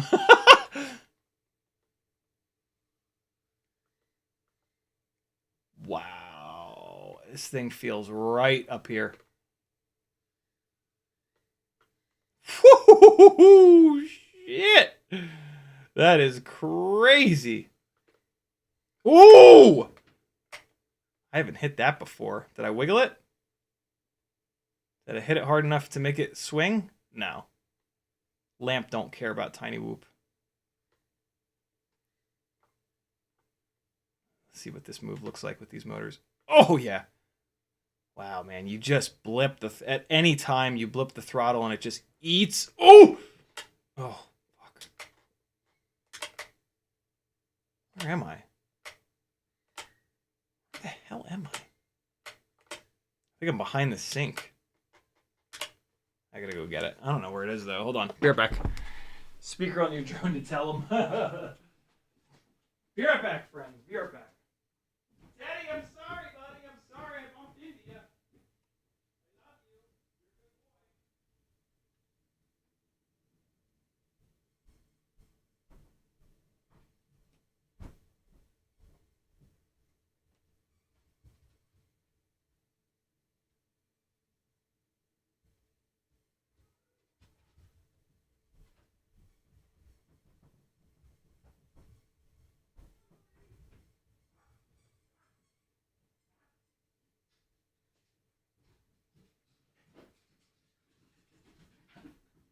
There he is, the brave boy! The brave boy with his fancy new haircut. Alright, good boy. Good boy, good boy, good boy. Yeah, yeah, yeah, yeah. Good buddy. Good boy. Good boy. There he is. There's my buddy. Don't be afraid of it, please. Don't be afraid. Look, it loves you. The tiny whoop loves you. He's totally afraid of it. Damn it! Oh, he's not afraid of it anymore. Yes! Oh, ooh, yeah. Get it, buddy. Get it. Show it who's boss. You show it. You tell that tiny whoop. You tell it. You tell that tiny whoop. Get it. Get it, get it, get it. Show it who's boss. Show it who's boss, Teddy. Come on. Come on. You're so much bigger than it. I know it makes a funny noise and it's got funny lights on it, but you're so much bigger. There he is. He's back. He's back. My buddy's back. Oh, shit, yeah. Thank you, dog. Thank you for being the best. Let's see if he'll chase it when I take it off. Yeah! Good boy. Oh, I love you so much, dog. God damn you. Oh, that beard is... It's not quite as powerful as it was 24 hours ago, but it's still got... His beard's still got some power left. Oh my god, I'm not like a dog guy. I'm totally a cat guy. But this dog is basically a cat. So, you know, all's well. Thank you, Teddy. You are the best. Ooh, he chased it. He brave boy again. Come on, brave boy. Chase it around. Come on. Chase it around. I can't play with your toys. This is the toy that I can play with right now. Come on, chase it. Chase it, buddy. Ooh! Easy. Careful. Come on, buddy. Chase it. Chase it. Come on. Get it, Teddy. Get it. Get it. Get it. Come on, buddy. Look, it's going around the corner. You better go investigate. Make sure it's not doing anything bad. Oh. The days of him chasing it might be gone, but I love that he's not actually scared of it.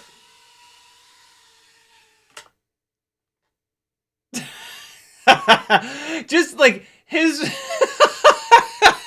his reaction to it, it makes me fucking laugh every time.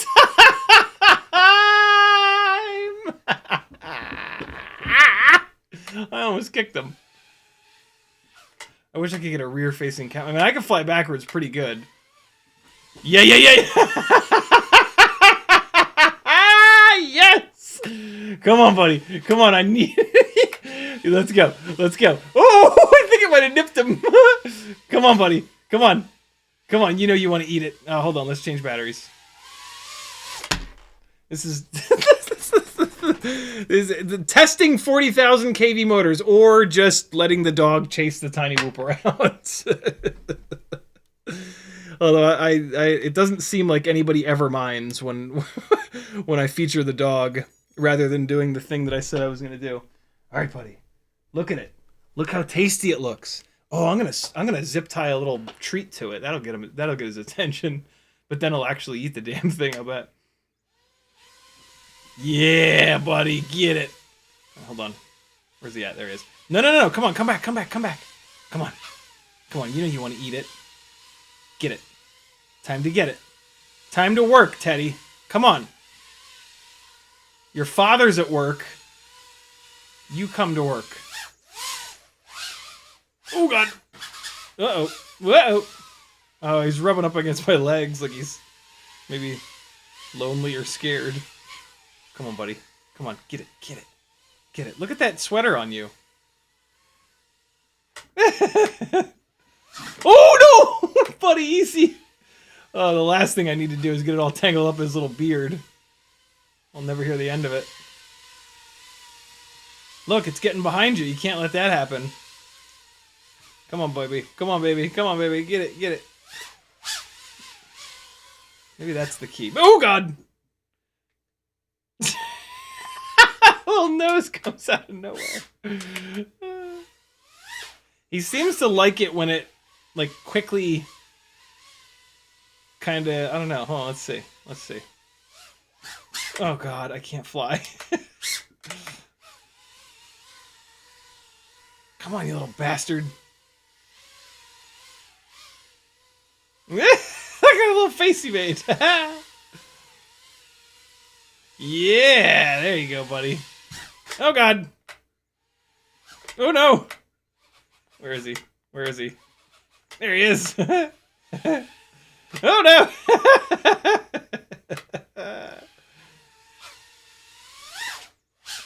He seems to like when it moves quickly. I can feel him. I think he wants to go after it, but...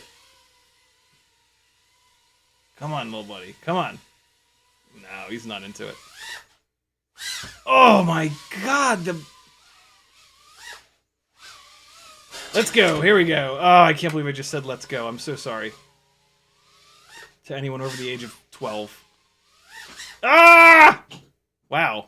That was a awkward crash.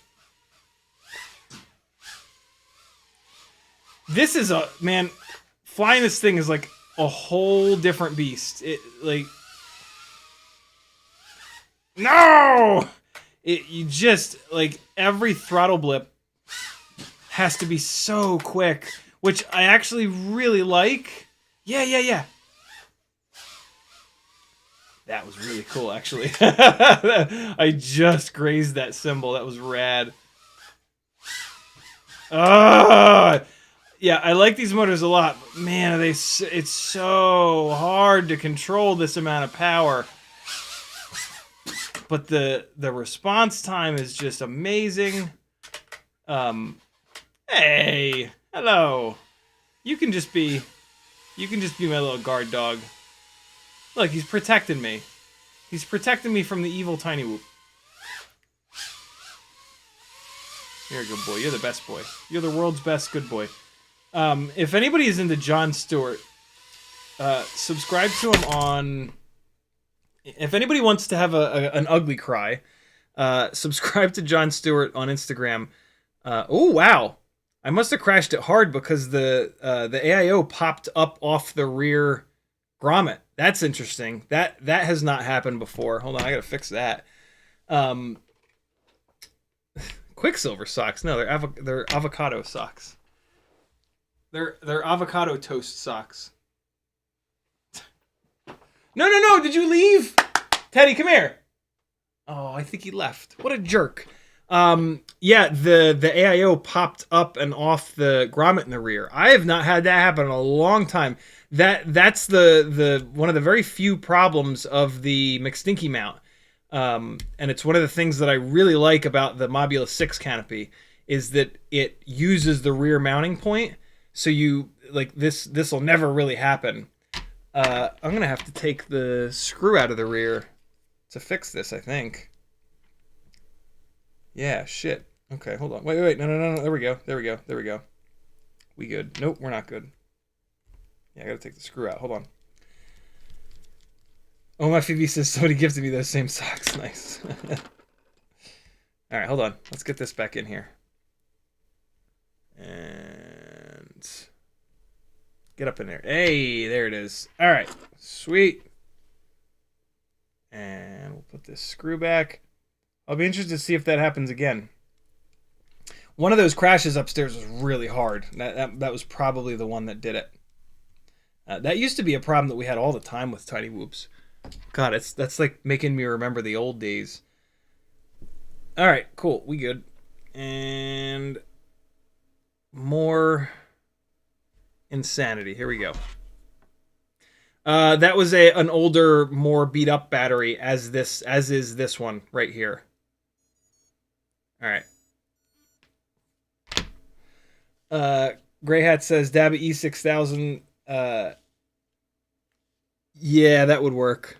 That would work because we could just E6000 the grommet to the AIO basically. Good thinking. There we go. Flowy McStees. Oh no, we got that.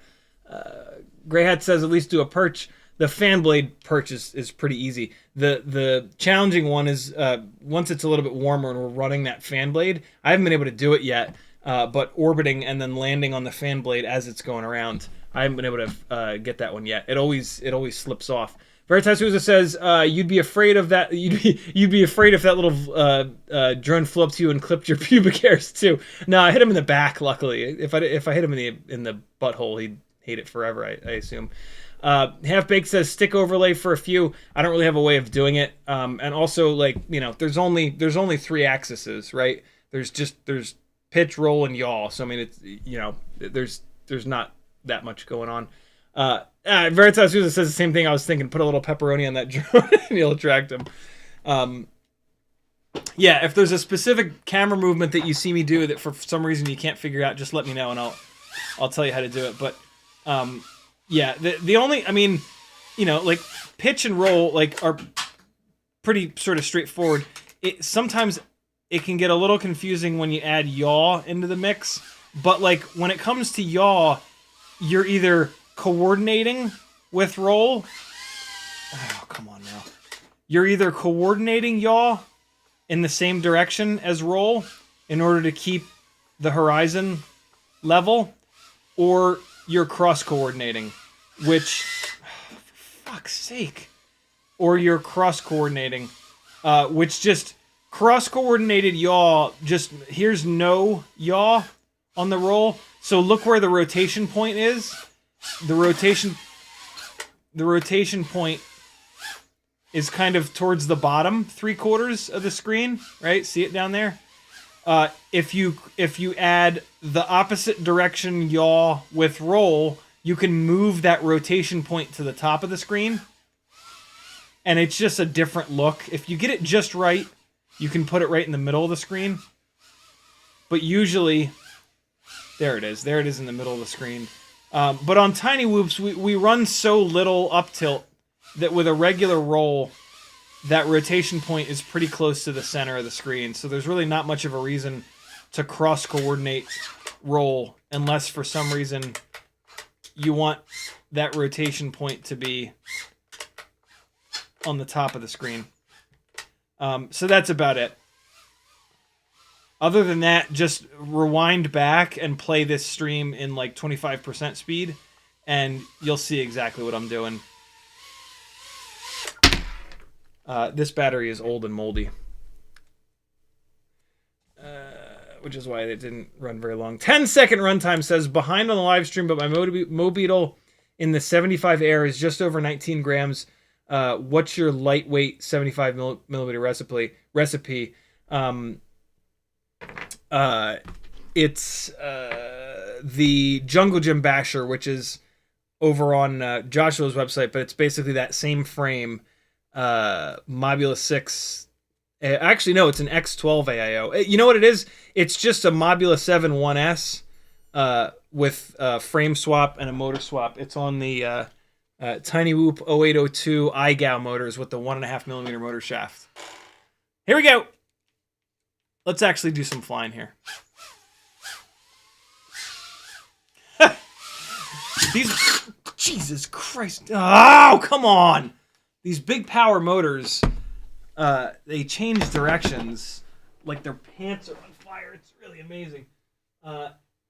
This is, some nights I fly half decent.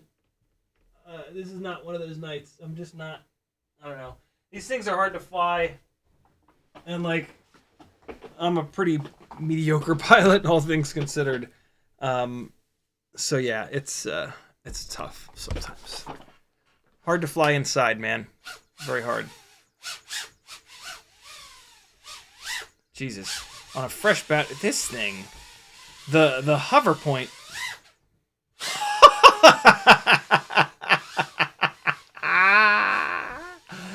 That right there, that is the absolute magic of these motors. Look how these motors are so, the hover point is so low. Oh, you fucking fuck. Come on, you son of a bitch. Oh my. Never give up! Even if you blow up the ESC in your battery. Oh my god, the throw! The throw, man! Oh, the ceiling got me. Man, this is the hardest. This is the hardest. Well, no, the 75mm rigs are significantly harder to fly than this, but this is the most difficult 65mm rig in the world. Hey, 12-inch splash life. Oh! Hey, we did it. Oh, you son of a bitch. I didn't need to disarm there. But I wanted to wipe my nose. Oh my god, the hover point is so low. Oh, come on.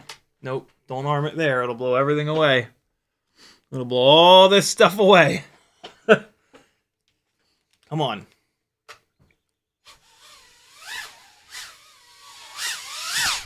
The hover point is one of the other reasons that I think that 40,000 kV motors are going to be like the limit.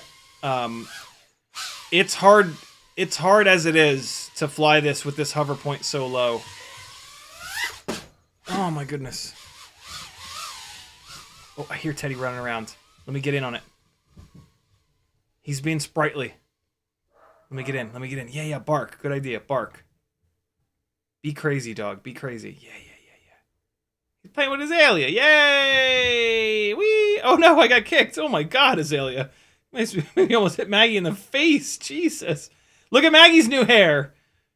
Yeah. Her new haircut looks good. Ah, there he is. Little body. Little body. Little baby dog. God. Oh, he don't like it. He don't like it. Let's do the corkscrew. Corkscrew. Corkscrew. Oh god, I'm not good at the corkscrew yet.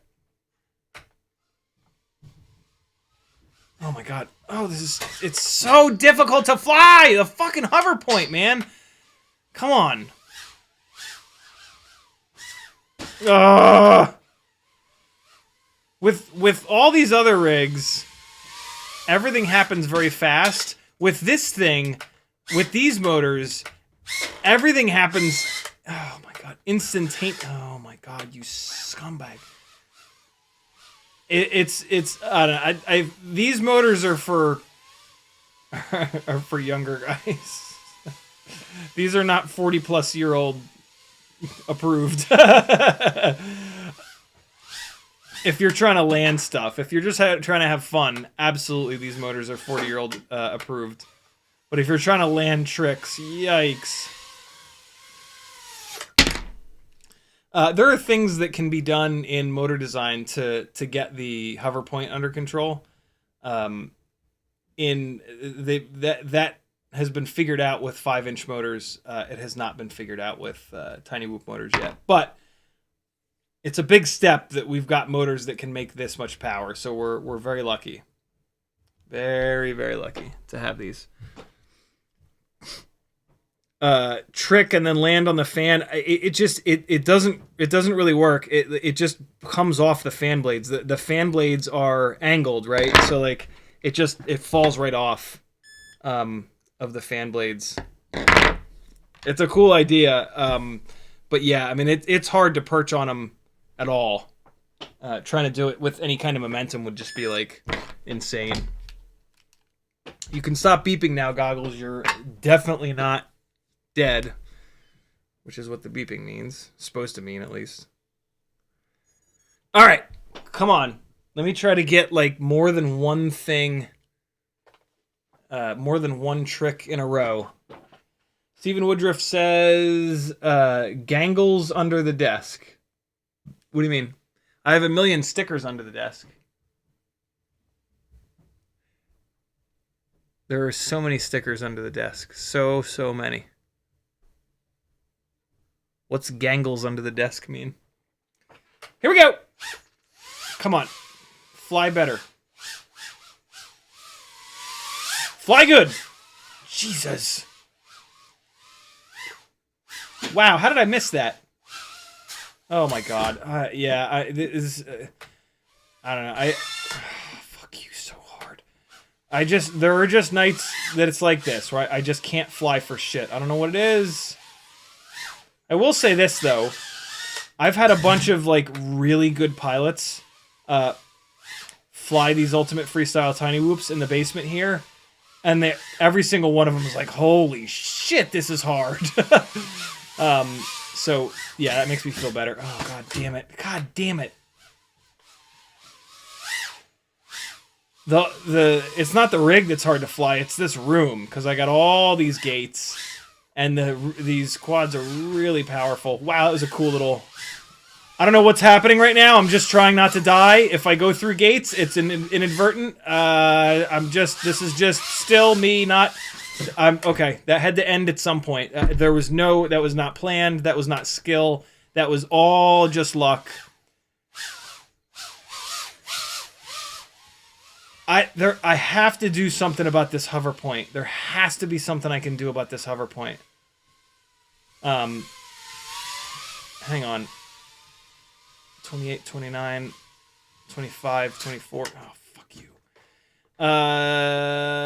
It's just... the throttle mid is a little bit high at 30. Hold on. Let me bring the throttle mid down. Hopefully that'll help. It's just so difficult to fly it. And I'm so not a good enough pilot. Oh, come on. Okay, this is better, I think. Where's the hover point now? It's hover point's a little bit higher. That's good. You can alter, as you just saw, you can alter your hover point a little bit with the throttle mid. It's not the best idea because you sacrifice some of the benefit of the throttle expo. Oh God! But sometimes it does make the rig way more flyable. This is an example of that. Fuck yeah, come on now. Keep it going. Oh, I wanted to let it drop down, but... Oh, you fucker. That was the most awkward thing ever.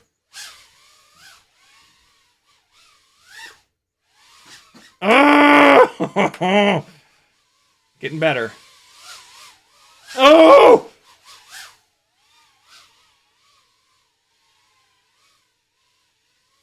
Oh, you bastard, you!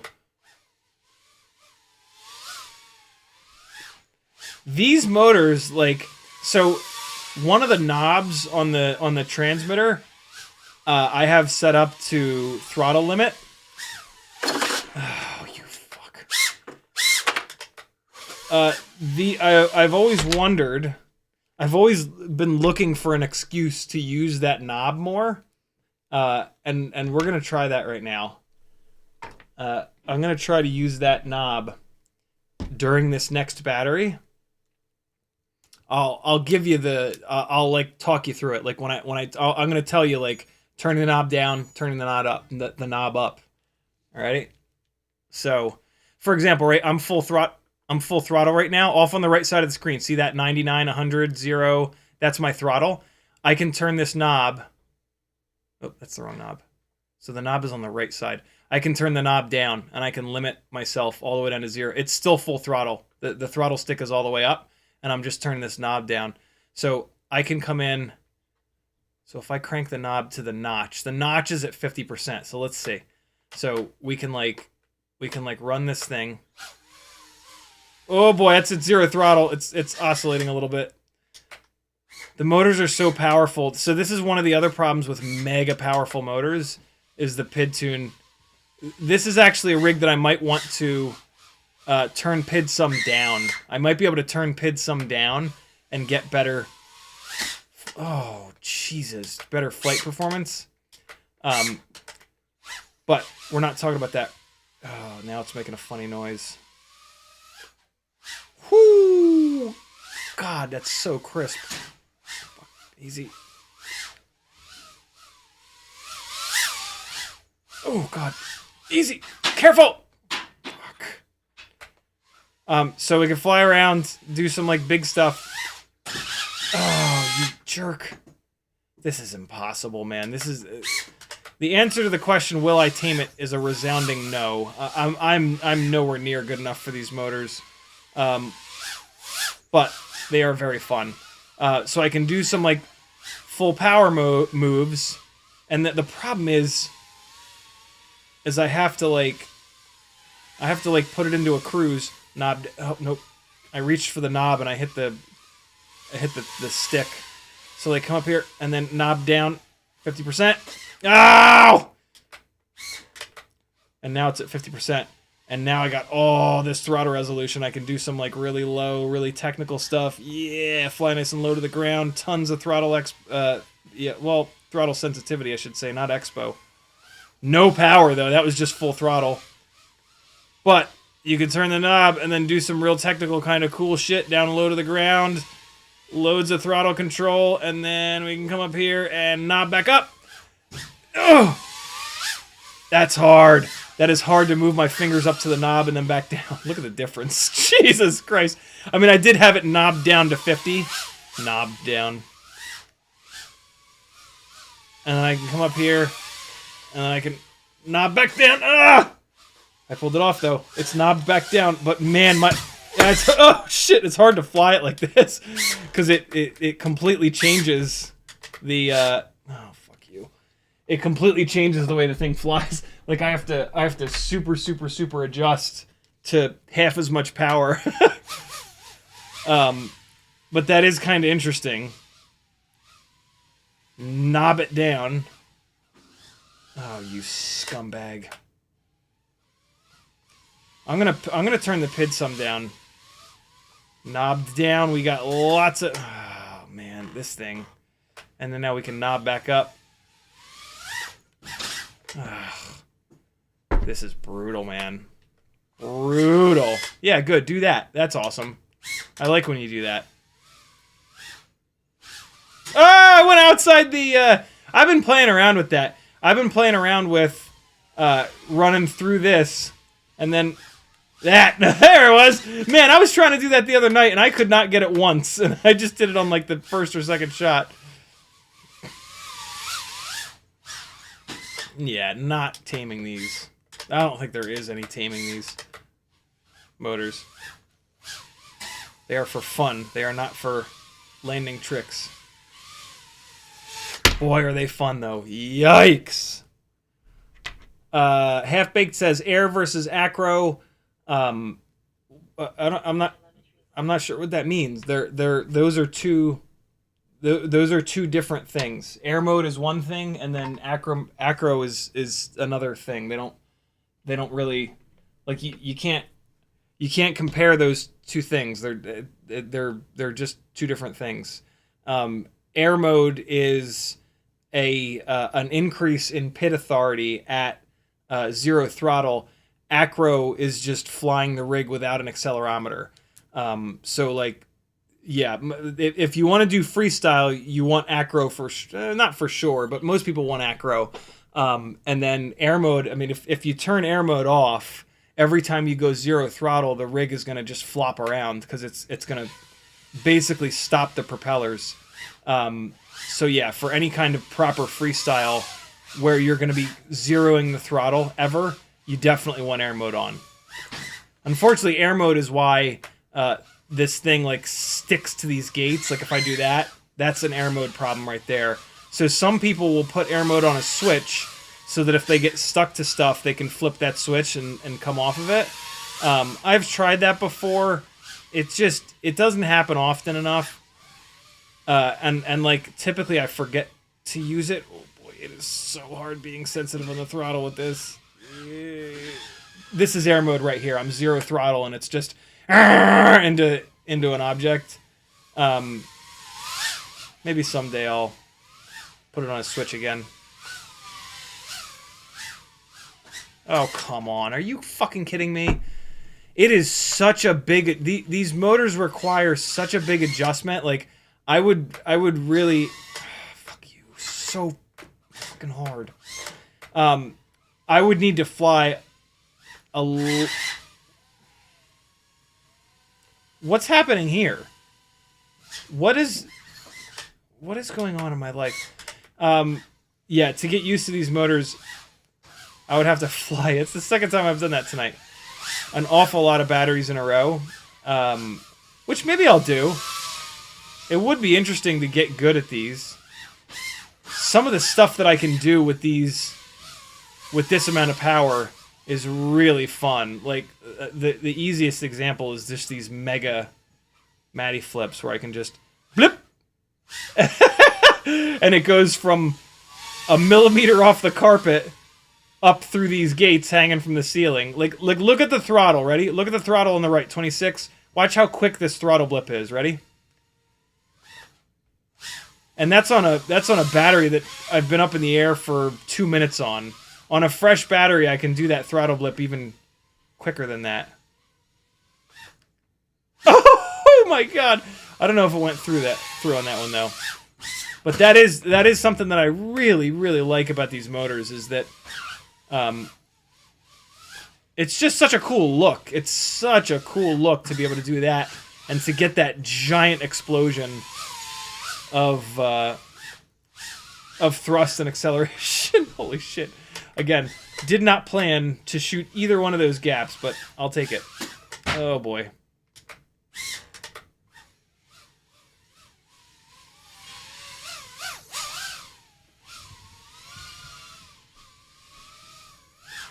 Woo!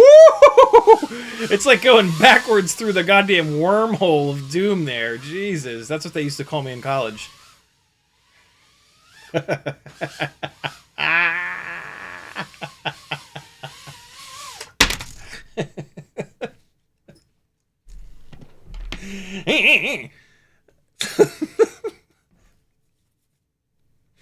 don't know if that was gross or clever or what. Super Deluxe, what's up, homie? Yeah, man, these are 40,000 kV. This is the most difficult power. This is the most. Hold on. Let's do this properly. Let's do it right.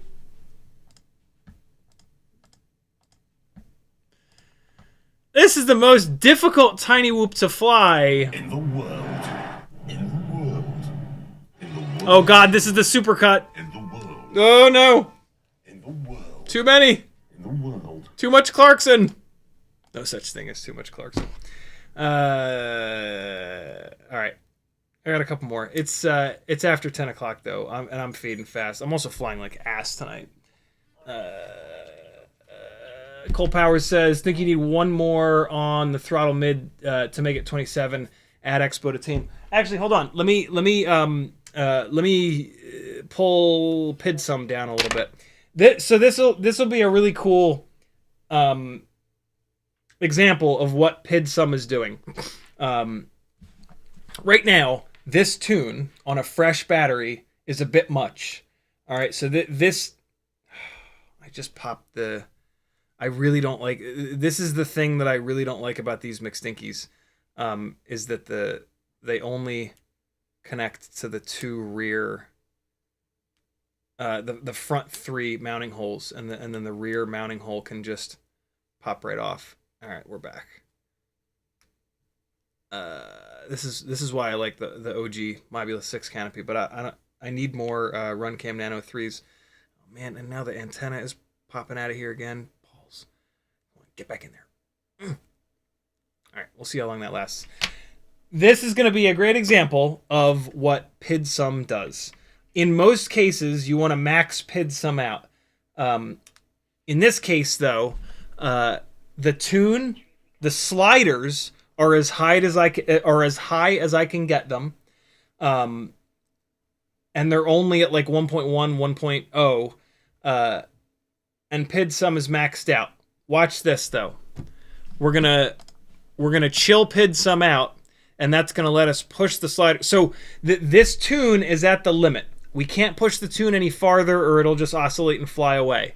But look at the sliders. Because the motors are so powerful, I can only have these sliders at 1.2 and 1. The actual tune still has a little bit of prop wash and a little bit of garbage when you really stab the throttle aggressively. So let's do a little experiment. We're going to type get PidSum, and that's going to show us the two PidSum values, and you can see that I have manually maxed these out. PidSum of 1,000 gives the PID loop 100% of the motor's power. It allows it to use 100% of the motor's power. You can see the defaults for PidSum are 50% on pitch and roll, and then 40% on yaw. Let's come back down to those defaults because these motors are so powerful. So let's highlight this. This is just a little shortcut. Highlight it, type set, paste it, and now we're going to bring this one down to 500. And now for the yaw, we're going to do the same thing.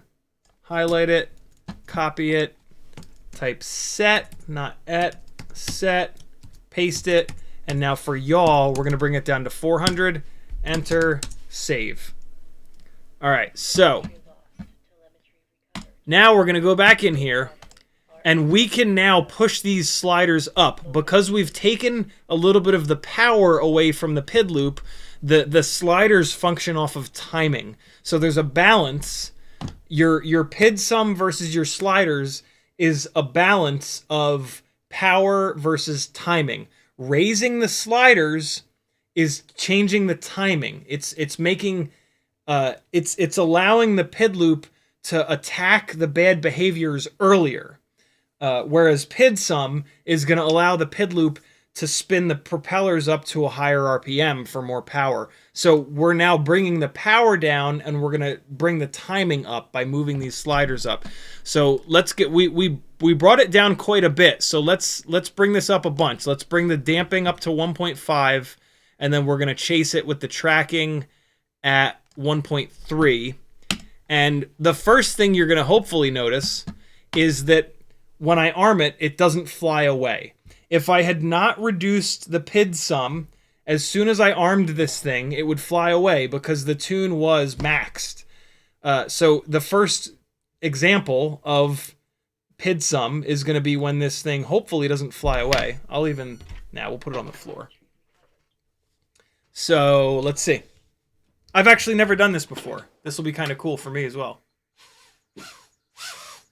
Oh wow, no, it is trying to fly away. I mean, it is. Hear it? So this tune is even more at the limit than it was before. Wow, damn. But look at this. The prop wash. Oh, nope, it's still there. We still had that little wiggle. Yeah, it's still there. And the tune is even more. Jesus. The tune is even more on the edge. So that's interesting, man. We took a lot of PidSum away. And this is actually worse. This is a worse setup here. Because we've taken power away from the pids. We've taken power away from the pid loop. We've decreased the timing. We haven't gotten an improvement in flight characteristics. You son of a bitch, you. So yeah, I'm going to actually crank the PidSum back up. In one of the live streams from a few days ago, Brandon's Baked Beans did mention, Brandon is our resident genius, basically. He said that in most cases, the pid loop actually doesn't ask for more, doesn't ask the ESC for more power than the, it doesn't ask for 100% power. So maxing the PidSum out in a lot of cases doesn't really do all that much, and that could be the situation here.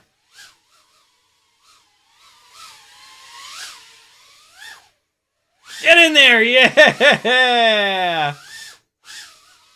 This battery sucks. Oh god! There it is, friends. Third time.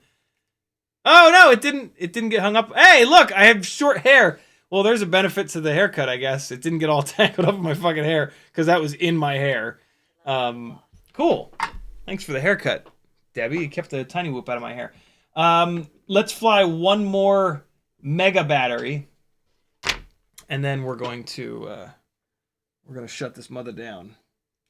When I say mega battery, I just mean like a fresh battery. These motors do not love batteries that have been cycled 50 times. They really want a super fresh battery, as you could probably guess by them asking for a lot of power. All right, so let's back these pids off. We're going to pull it back down to 1.2 because that was really as high as I could realistically get it, and 1.1 on the tracking. Let's do this. We're going to move the D-Max up, and maybe the D-Max can eat that little bit of prop wash there. So this tune is back where it was, but the D-Max is cranked up significantly. I went from 1.0 to 1.5. It's a big change. And then we're going to put PidSum back. So I actually still have it in the clipboard, so I can just type set PidSum limit yaw 1000, and then I'm going to type set PidSum limit. What's the other one? I guess the other one is just PidSum limit. Okay, cool. PidSum is back up to 100, and save. And there we go. Oh, we've got a visitor. My favorite visitor. Hello, little buddy. Buddy, you came down at a bad time. I'm trying to get one last battery in. Do you want to? Hold on. Let's put a crappy battery on it, and we can have a little bit of Teddy time in the end of the stream here. He probably won't hang for very long, but let's put a shitty battery on here. It's not a shitty battery. It's just a battery that I've beaten the hell out of. Oh, he brought us a toy. Ah, doggy. Oh, the VRX wasn't on. Little dog. Bringing us presents. Ant says, did what you said, browse the whole Tiny Whoop site, and you were right. My cart was up to $205. Yup. Isn't there great stuff on the website, though? Yeah, buddy. Get it. Get it. Yeah. Be mean, dog. Yes. All right, let's see. Oh, we got a growl. That's rare. He's growled a couple times. It's very rare, though. Look at that little hop. That's right, buddy. The Tiny Whoop's trying to get your toys. I thought he was going to drop the toy on top of it. Oh, that would just be perfect. Oh, shit. Did he get you, buddy? Sorry. Careful. Careful, little boy. I love it. I love it. I love this little dog. Oh, brave boy with a double growl. 2 growls tonight. Look at you. Look at you, you handsome devil. That's right. Give the tiny whoop the flying squirrel. Give it to him. The tiny whoop is a flying squirrel.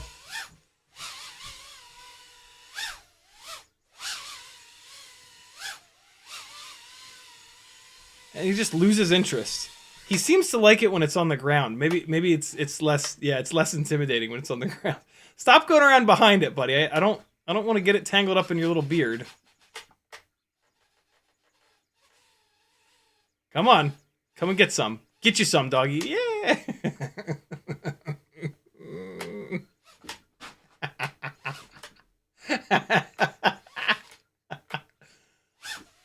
Yeah. Oh shit. Oh, that went about as bad as it possibly could have. Almost hit myself in the face. It was great seeing him jump up like that, though. Oh God. Oh Christ. Oh God. Easy, buddy. You can get it. You can really get up in there right now.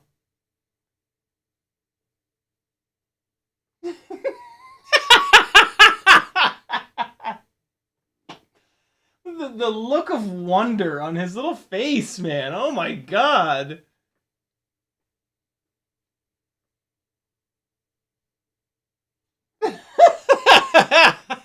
I didn't get to see that. I cannot wait to rewatch this live stream and get to see what that just looked like.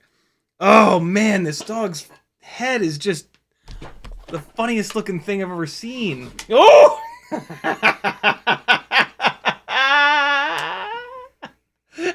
He circles it. Yeah! Be brave, little boy. Be brave. With the flying alien. It's all about that charge, man. It's all about that Teddy charge. Just pique his interest. Pique his interest. And get him to charge. Charge it! Ooh!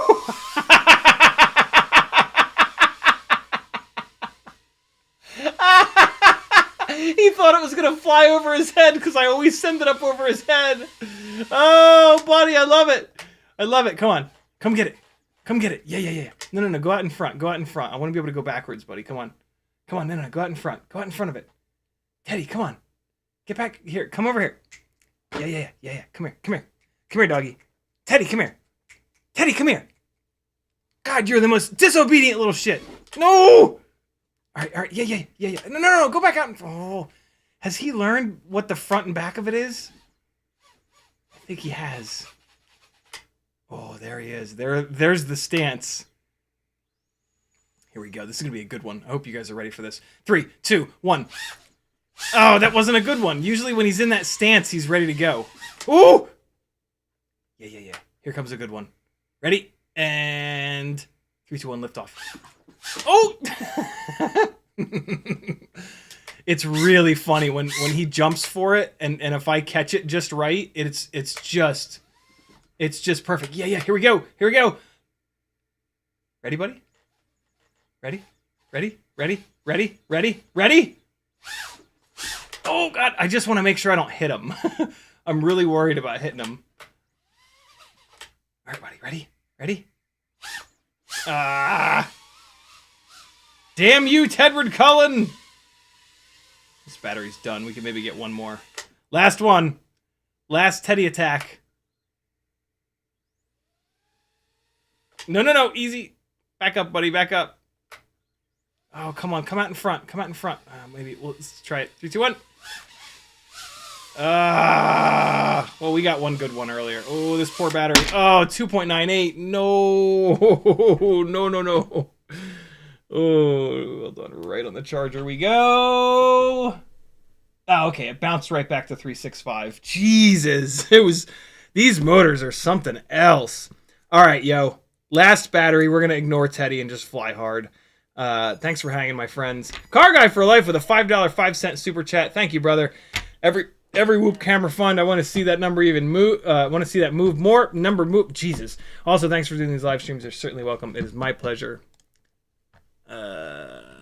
Where we at here? We're gonna go Gear Fund 115. Thank you, brother. Much appreciated. All right, one more big baller, 40,000 kV freestyle battery coming at you. Hopefully Teddy doesn't eat it halfway through. Here we go. Oh my God. Back off, buddy. All right, let's quickly see if the what's happening? Uh-oh.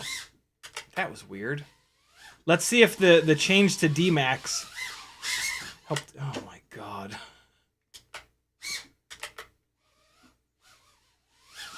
Let's see if the change to D-Max. Oh yeah.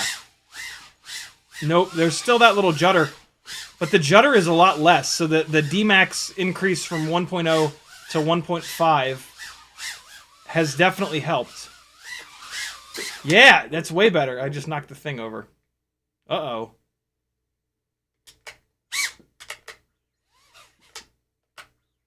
Ready, buddy? Ready? Ready? Ready? There he is. God, I love him. Oh, what am I doing? God, I'm... Yeah, this is just not a good flying night for me. Some nights I got it. Some nights I don't. This is a rig that is really difficult to fly, as you can see. But it's also very fun to fly. Oh, wow. Yo, it skimmed the ceiling for a long time. Oh my God. When it gets stuck to stuff, it really gets stuck to stuff with these motors. Jeez. Just see this dog walk by upside down. Oh no. Easy, phone, easy. Oh, hi. Hi, friend. Ooh, boy. Round 2 goes to the 40,000 kV motors. That's for sure. I did not win the fight tonight. Maybe we'll do a round 3 next week, and I'll have a whole bunch of caffeine before the live stream. Jesus. Oh my God! Come on! Stop it! Leave me alone! Oh my God! Just let me fly for more than 3 seconds at a time. Oh, the dog was like galloping next to me. Yeah, you want to test your skills, yo? Build an ultimate freestyle tiny whoop with these motors. Oh wow, we still got through there. That was unbelievable. Man. Rough night of flying. Really, really rough night of flying. Sorry I don't know. We had a couple, 1 or 2 moments where we had like 3 seconds of decent flying in a row. Oh my God. Yeah, let's maybe just call it a day. I don't know. I guess I can try to another couple of seconds. I don't know. I don't know what just happened. I decided like, oh, let's just do a flip in the middle of the thing for no reason. Some nights you eat the bear, sometimes the bear eats you. Hey, there we go. Oh, okay, yeah, let's make sure that if we do one decent thing that we back it up by an obnoxious crash. Jesus. Okay, that's it. Perfect! Perfect landing. Oh, boy. Good Lord. Yeah, sorry for the piss poor flying tonight, friends, but it's just tough. This rig is really, really challenging to fly. This room is really challenging to fly in, and this rig is extremely challenging to fly. But good Lord, what a blast. It's not about being good. It's about having fun, and goddamn, I had some fun tonight. And these motors will be available at some point here, and you guys can have just as much, if not more fun. Whew! What an obnoxious amount of power. Jesus. Thanks for hanging, friends. My name is Aaron Ciotti. Everybody calls me Ciotti. www.CiottiFPV.com has a million ways you can support me so that we can keep doing this together forever. Be good. Tip your waiters and waitresses.